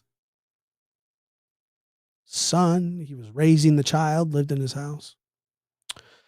And he has just been under attack ever since then. And so, anyway, I will, and I'll let you decide. And, I'm going to do it impartially. And I've spoken with Terry before. It's going to be a very interesting discussion. I love Mr. Hobbs a lot. People here think the killer's still out there. Yeah, he is out there. His name's Damien Eccles. He lives in New Orleans. Jason Baldwin. I don't know where he lives. He lives in a trailer somewhere. And then Jesse Miskelly, he's in West Memphis still. So you're right. They are still out there. They're out of prison, and they shouldn't be, but they are. So you're right. They are out there.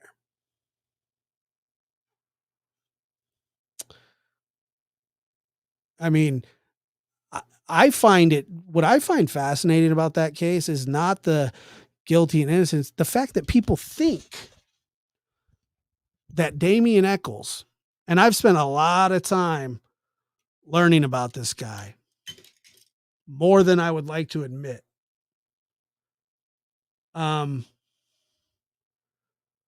He's about the worst kind of human like you've ever heard of.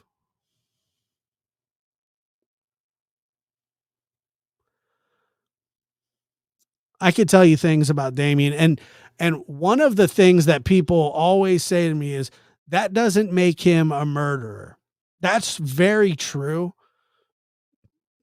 But let me ask you guys this, and just fair warning.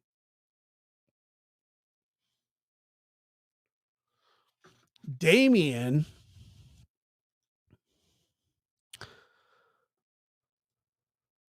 killed a Great Dane with a rock, cut it open. He put the intestines around his neck.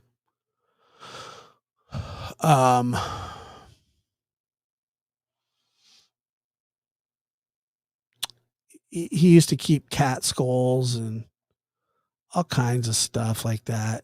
He's just a really gnarly human, not a good person.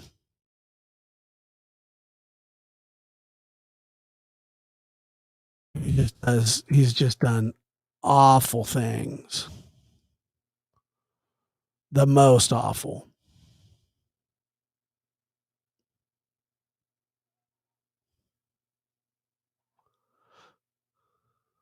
I'm hoping he does too. You have cat skulls all over the place.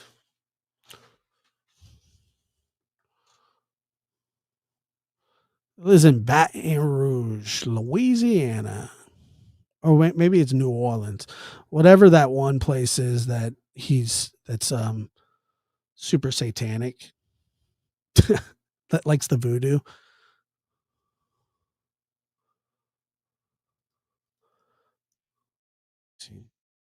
I mean, can you guys hear this?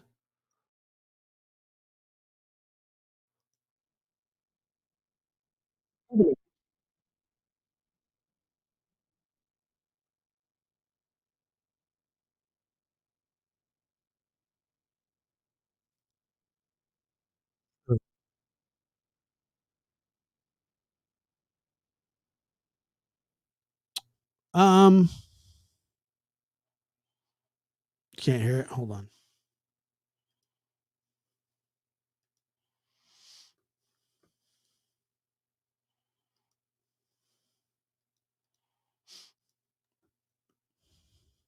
They say are innocent, You hear that?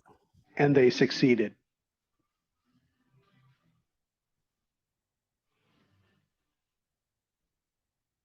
Eccles guilt. Murders.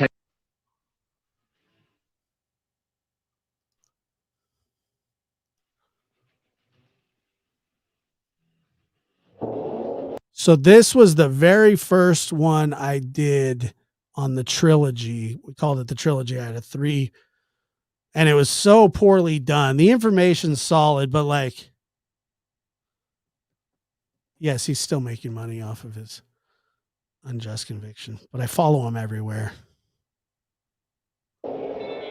In a statement given to the police and obtained by a Memphis newspaper, 17-year-old Jesse Miskelly allegedly confesses to watching 2 other suspects choke, rape, and sexually mutilate 3 West Memphis second graders. This was so poorly done, but I'm so proud of it. Murders had been part of a satanic ritual. Satanic worship. A horrific, ritualistic sacrifice. We were just sitting on the couch watching TV the night we were arrested. They had to find somebody to pin this on. This Club Lister was getting out of hand. We, the jury, find Jesse Lloyd Miskelly Jr. guilty of second-degree murder, Jason Baldwin guilty of capital murder, Damian Eccles guilty of capital murder. This doesn't change anything. Our son was still murdered. Dead. Our son And he was was still tortured to death by 3 murdering bastards on a ditch bank. He was 8 years old. Damn system stinks. It's a great tragedy that kids was killed, but it's also another great tragedy that American citizens, anybody, today's public, can just be picked up for a crime they didn't commit. Everybody in the town and in the courtroom and on the jury are all blinded by their fantasies about satanic cults. The criminal confessions are too many manipulated by the police. And we wondering if the true killers were actually captured. Jesse Miskelly Jr., Jason Baldwin, Damian Eccles. I promise you, as God is my witness, I'll visit all 3 of your graves.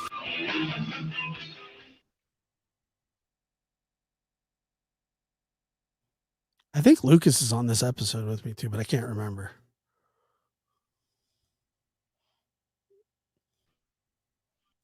Weaver Elementary, 8-year-old boy, May 5th, 1993. 3 8-year-old boys, Stevie Branch, Christopher Byers, and Michael Moore, are reported missing several hours after they left Weaver Elementary School in West Memphis. The following day, May 6th, the children's bodies are found in a creek in an area known locally as Robin Hood Hills. They had been beaten and hogtied with their shoelaces. May 10th, police interviewed Damian Eccles at the West Memphis Police Department. June 3rd, after being interviewed by the police, Jesse Miskelly implicates himself, Baldwin, and Eccles in the murder of the 3 children. Baldwin, Eccles, and Miskelly are arrested. Miskelly later recants his confession. August 4th, the 3 plead not guilty to capital murder at a pretrial hearing. February 4th, 1994, a jury in Clay County Circuit Court convicts Miskelly of first-degree murder in the death of Michael Moore and the second-degree murder in the murders of Stevie Branch and Christopher Byers, and sentences him to life in prison plus 2 20-year sentences. March 18th, Baldwin and Eccles are found guilty of capital murder by a grand jury in Jonesboro, Arkansas. March 19th, 1994, Circuit Judge David Burnett sentences Eccles to die by lethal injection and Baldwin to life without parole. Jesse Miskelly's confessions were the subject of a lot of scrutiny, claiming that he was a mentally challenged boy with a 72 IQ. However, Miskelly confesses to police in detail more than 4 times. You decide for yourself. Take a listen.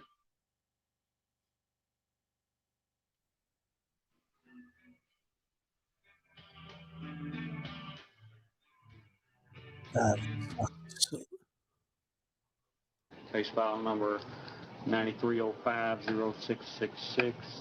The triple homicide. Case file number 93050666. Currently in the office with Jesse Lloyd Miskelly Jr. Birth date 17 of 75. Education as a 9th grade. The place we are in the detective division. Today's date is 6/3 of 93. The time now is 2:44 p.m. Present in the interview will be Inspector Gary Gitchell and Jesse Miskelly. Jesse, in front of me, I have a rights form, and it's got your signature at the bottom of it. Is that correct? Your signature? Yes, sir. Okay. We're informing you that we are Detective Sergeant Mike Allen and Detective Brian Ridge. Now, Detective Sergeant Mike Allen is the one that read this form to you earlier. Is that correct? Yes, sir. And I was here when he read it to you. Yes, sir. All right, police officers of the West Memphis Police Department. We're conducting an investigation for the offense of capital felony murder, which was committed on or about 5/5 of 93. Before we ask you any questions, you must know and understand your legal rights. Therefore, we warn and advise you that you have the right to remain silent. Do you understand that? Yes. And those are your initials on the line in front of that statement. Yes, it is. Okay. Anything you say can be used against you in court. Do you understand that? Yes, I do. And those are your initials. Yes, it is. You have the right to talk to a lawyer for. That's absolutely true, Beverly. Eccles was definitely seen on the service road, literally 200 feet from where the boys were found the very next day, and he was muddy and wet.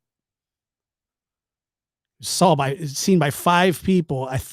2 or 3 testified in court that they saw him. There was actually his cousins, which is insane. But the jury sure loved that.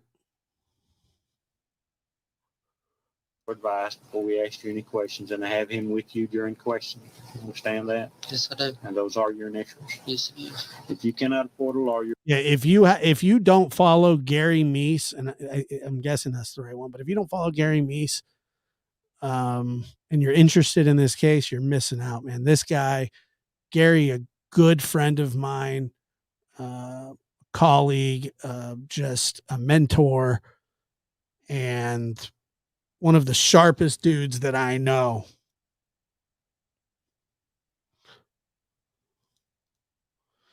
Do you know there's a whole voodoo village in Memphis? Major story about it. Glad.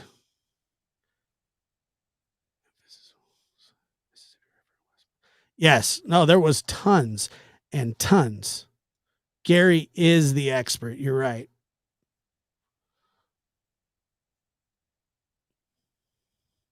I think it's in the chat. The West Memphis 3 are the perps. your one will be appointed for you before any questioning if you wish, at no cost to you. You understand that? Yes, I do. And those are your initials. Yes, it is. If you just At trial, they said that Jesse Miskelly was mentally retarded.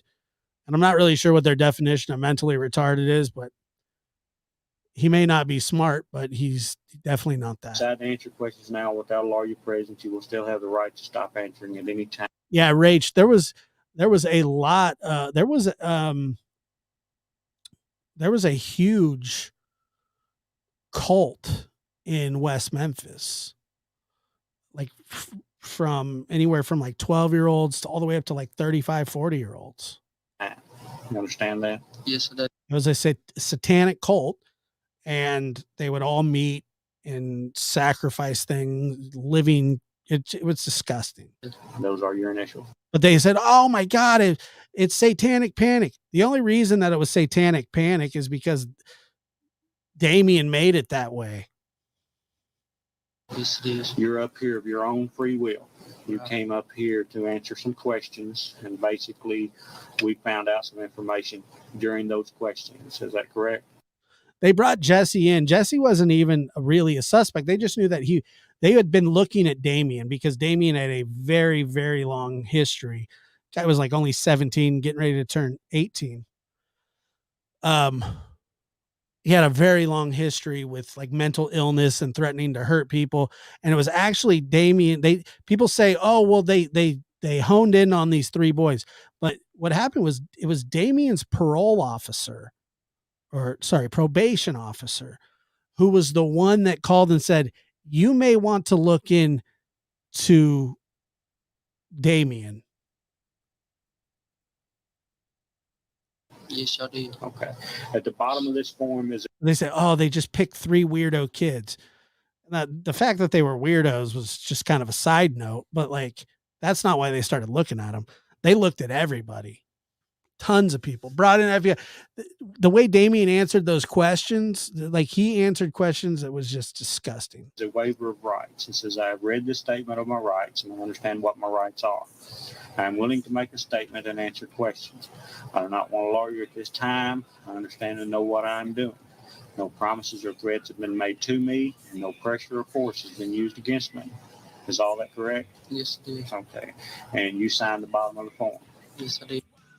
While there are inconsistencies in Jesse's confession, he goes into great detail about the crimes themselves, things that only the cops and the real killers would know.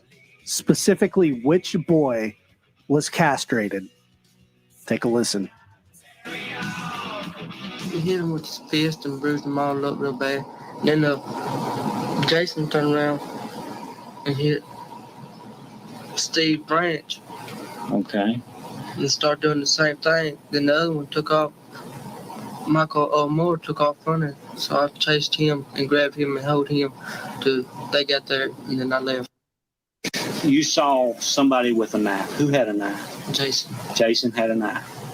What did he cut with the knife? What did you see him cut, or who did you see him cut? I saw him cut one of the little boys. All right, where did he cut him at? He was cutting him in the face. Cutting him in the face. All right. Another boy was cut, I understand. Where was he cut at? At the bottom. On his bottom? Was he face down and he was cutting on him, or? He was. Now, you talking about bottom? Do you mean right here in his groin area? Okay. So you know what his penis is? Yeah, that's where he was cut at. That's where he was cut. Which boy was that? That right there. You're talking about the Byers boy again? Okay. Are you sure that he was the one that was cut? That's when I seen him cutting on. Did anyone use a stick and hit the boys with? Damien had kind of a big old stick when he hit that first one. After he hit him with his fist, knocked him down, then he got him a big old stick and hit him. What did the stick look like? I mean, was it like a big log like that, or is it a stick? I'd say it was about that big around. I'd say about that long. Okay. About the size of a baseball bat, and maybe just a little bit bigger around. Yeah. That's what you described with your hands, right? Right. After his conviction for capital murder, Jesse Misskelley Jr. confessed to involvement in the crime an additional 4 times. 4 separate confessions after his conviction. 1, to the police who drove him from court to jail. The second one on February 8th, 1994, with his hand on a Bible. 3 was February 17th, 1994, against the advice of his attorney. The following excerpts are from his February 17th confession. This confession was made against the advice of his attorneys, who strenuously objected to this confession while present in the room with Jesse Misskelley Jr. and the police. The thing about Jesse was, out of the 3, he was the only one with a conscience. He couldn't keep it in. I mean, after he was convicted, he told all the way down to the jail, told him the whole story. Yeah, we did it. We did this. We did that. And then in 94, this is just like a year or 2 after his conviction, he wanted to tell again what had happened. He was having night terrors, crying fits. I mean, it really messed him up in his head. And because he wasn't the ringleader, and he wasn't necessarily evil.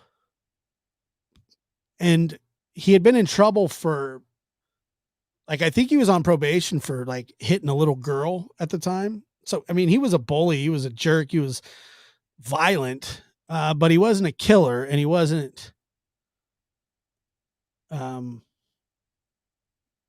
it wasn't, anything other than that, which was bad enough. But Damien, on the other hand, was a sicko. And Jason, to me, Jason's kind of the enigma. But I've heard terrible things about Jason, not just from this, but I'm telling you, Damien really sucked these guys into it too. This is the conversation right before Jesse confesses to police with his lawyers in the room. Jesse's lawyer says, "Jesse, can you hear me?" Jesse answers, "Yes, I can." Jesse's lawyer now says, "Now listen very carefully to what I'm about to tell you. I told you earlier that I had some new evidence. Is that correct?"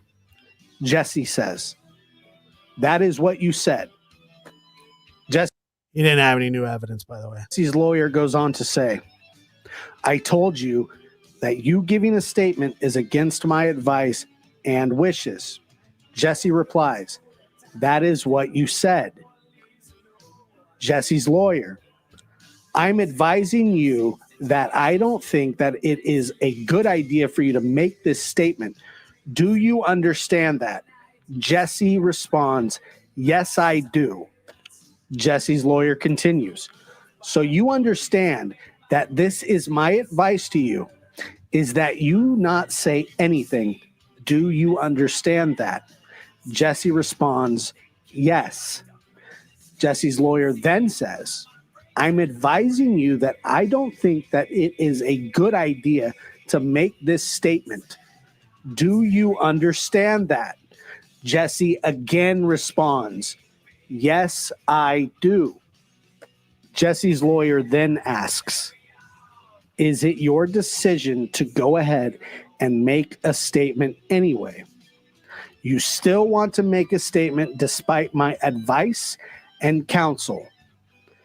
Jesse then responds, "Yes, because I want something done about it." When I showed Jesse this photograph, he took it into his hand, and he just... So Dan Stidham was the attorney for Jesse Misskelley, and they had no clue what they were going to go to trial with and try and whatever. But what they ended up, their defense was that he was mentally retarded. And he wasn't smart, but I mean, it was kind of insulting to even suggest that to the kid. But that was the only defense they could come up with. What other defense are you going to have with somebody who went into detail confession? Where you're going to say, well, he was coerced. They fed him the answers. They did this. They did that. Whatever. He just went back in his chair like this, and he just locked in on it, fixed in on the photograph, and just kept staring at it and staring at it. Initially, Mr. Misskelley denied any involvement whatsoever in this, didn't he? Yes, sir, he did. Officer Ridge, the photograph that was just introduced into evidence depicting one of the boys' bodies, that was shown to Jesse? Yes, sir. And this was immediately prior to him admitting and telling you this story about being present when the boys were killed? Shortly before, yes, sir. Why did you guys do that? There had to be a reason to do that.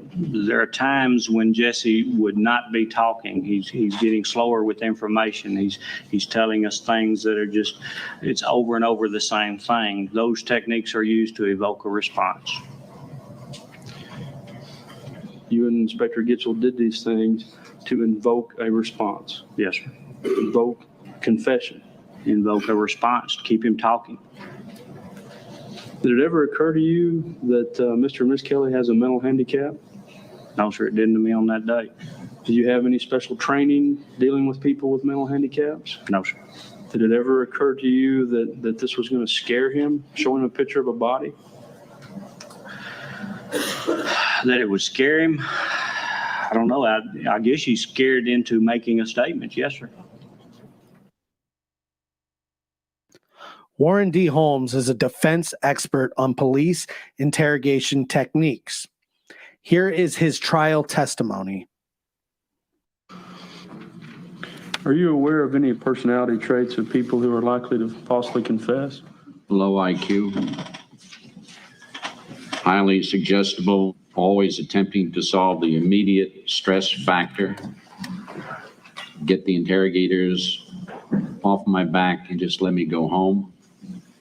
Naively assumes that they can all straighten it out later on. It's extremely difficult for the average person to believe that someone would confess to a crime they didn't do. And what I didn't like about this confession is that most of it emanated from questions right off the bat, without any narrative of any length at all, without any descriptions. I don't really understand that either. I mean, yeah, you're just going to ask him questions. What are you supposed to do? Read him a bedtime story and like let him get all comfortable? You ask him the damn questions. I mean, it's just a bunch of, he's just talking and talking. That's what happens when they pay these people to testify. About feelings or conversations or anything. I just don't understand if he was in fact involved in this crime, how he made a mistake on the time factor. And the thing that really bothers me is the ligature, what was used to tie up the victims. Now, he certainly knows the difference between shoelaces and a rope. That should have been a signal that something was radically wrong. I don't know. Something could be radically wrong. He said, oh, they tied him up with rope. It was shoelaces. BFD. That's when radically wrong? I mean, that's a bit of a stretch. The question should have been. By the way, Jesse actually admitted that he was trying to throw police off by giving vague answers. More probing. After he was found guilty. To determine whether or not he was making it up or giving a valid confession. Here is Special Investigator Gary Gitchell's testimony on the techniques used in the Jesse Misskelley interrogation and what others that had been interrogated didn't know that Jesse knew. Out of the 100 or more people that y'all talked. By the way, that's one of the things that really kind of sealed their fate is he knew things about the crime. They had interrogated 100+ people up until that point. And they would just say, well, they just decided to throw that at Jesse. They're like, we're going to pin it on this kid. Jesse was the only one that knew it. They said, well, they apparently they fed him the information. There's no evidence of that. Are you aware of anybody other than the Don't forget, this man confessed 4 different times after conviction too. This is before. defendant who told you one of the victims that had their genital? And back then, or after that, nobody was interrogating him in jail. He was just wanting to confess on his own. Was removed, and one of them had cuts to the side of the face, and had been some grabbing of the ears. There was no one else that mentioned those particular injuries. And you yourself, Mr. Fogelman, you're pointing to the wrong side of the cheek. Oh. Was there any kind of emotional response? He had tears coming down his eyes. All right. Had y'all yelled at him or been mean to him or threatened him or promised him anything, done any of those things? None of those things happened whatsoever. All right. Inspector Gitchell, let's talk about the things that Jesse told you that are just absolutely incorrect. Now, on page 9 of his statement, Inspector Gitchell, Jesse says that the murders took place around noon. How did you know that was incorrect? Because the young boys were still in school. Did at any time when he was telling you these things that you knew were incorrect, did it ever occur to you that what he was telling you was false? His entire story was false? In Jesse's case, I feel like he did tell us a good bit of the truth, but then they also lessened their activity in a statement. That's just common, at least in my 20 years career. Is it common for the police to simply ignore these big, obvious problems and just assume that everything else that he's telling you has got to be correct? Jesse simply got confused. Here's Dr. Richard J. Offshay, defense expert on false confessions, on his theories as to why the defense believes that Jesse Misskelley's confessions are false.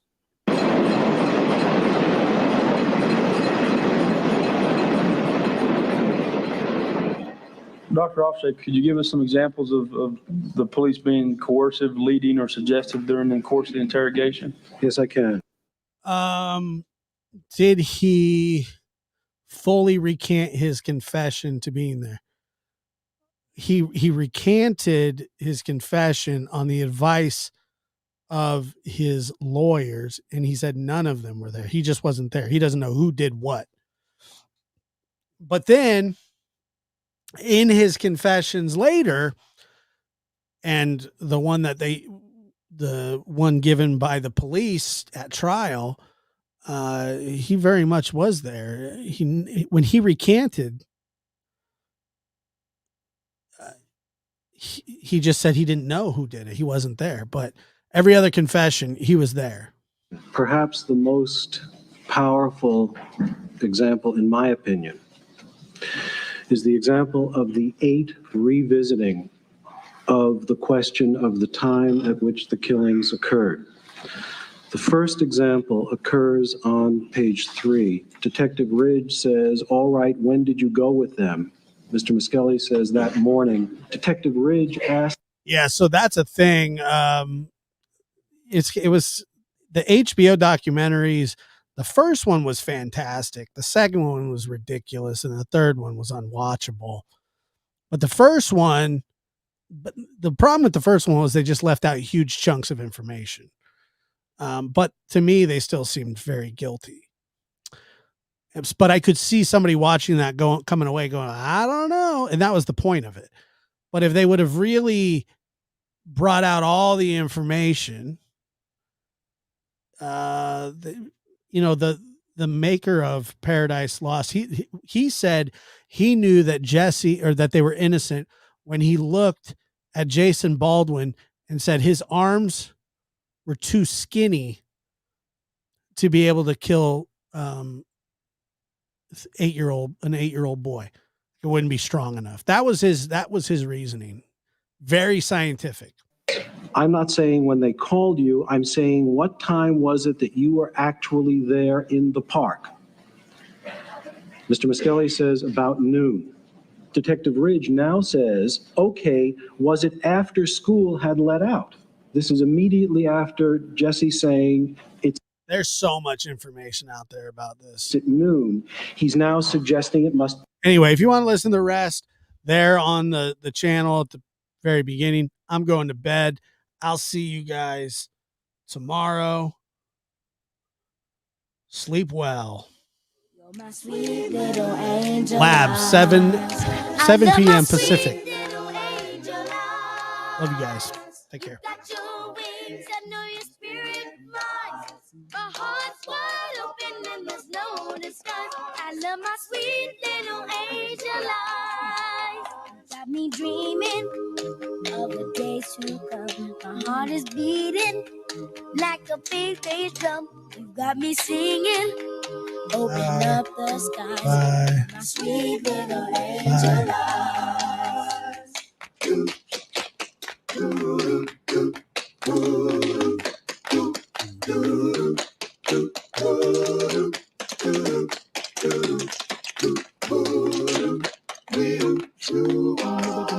Oh, I can move on mountain with my own 2 hands. Cut through the rhythm like a true jazz band. I would swim that ocean to see your face. You fill my soul with amazing grace. Dum baba doo doo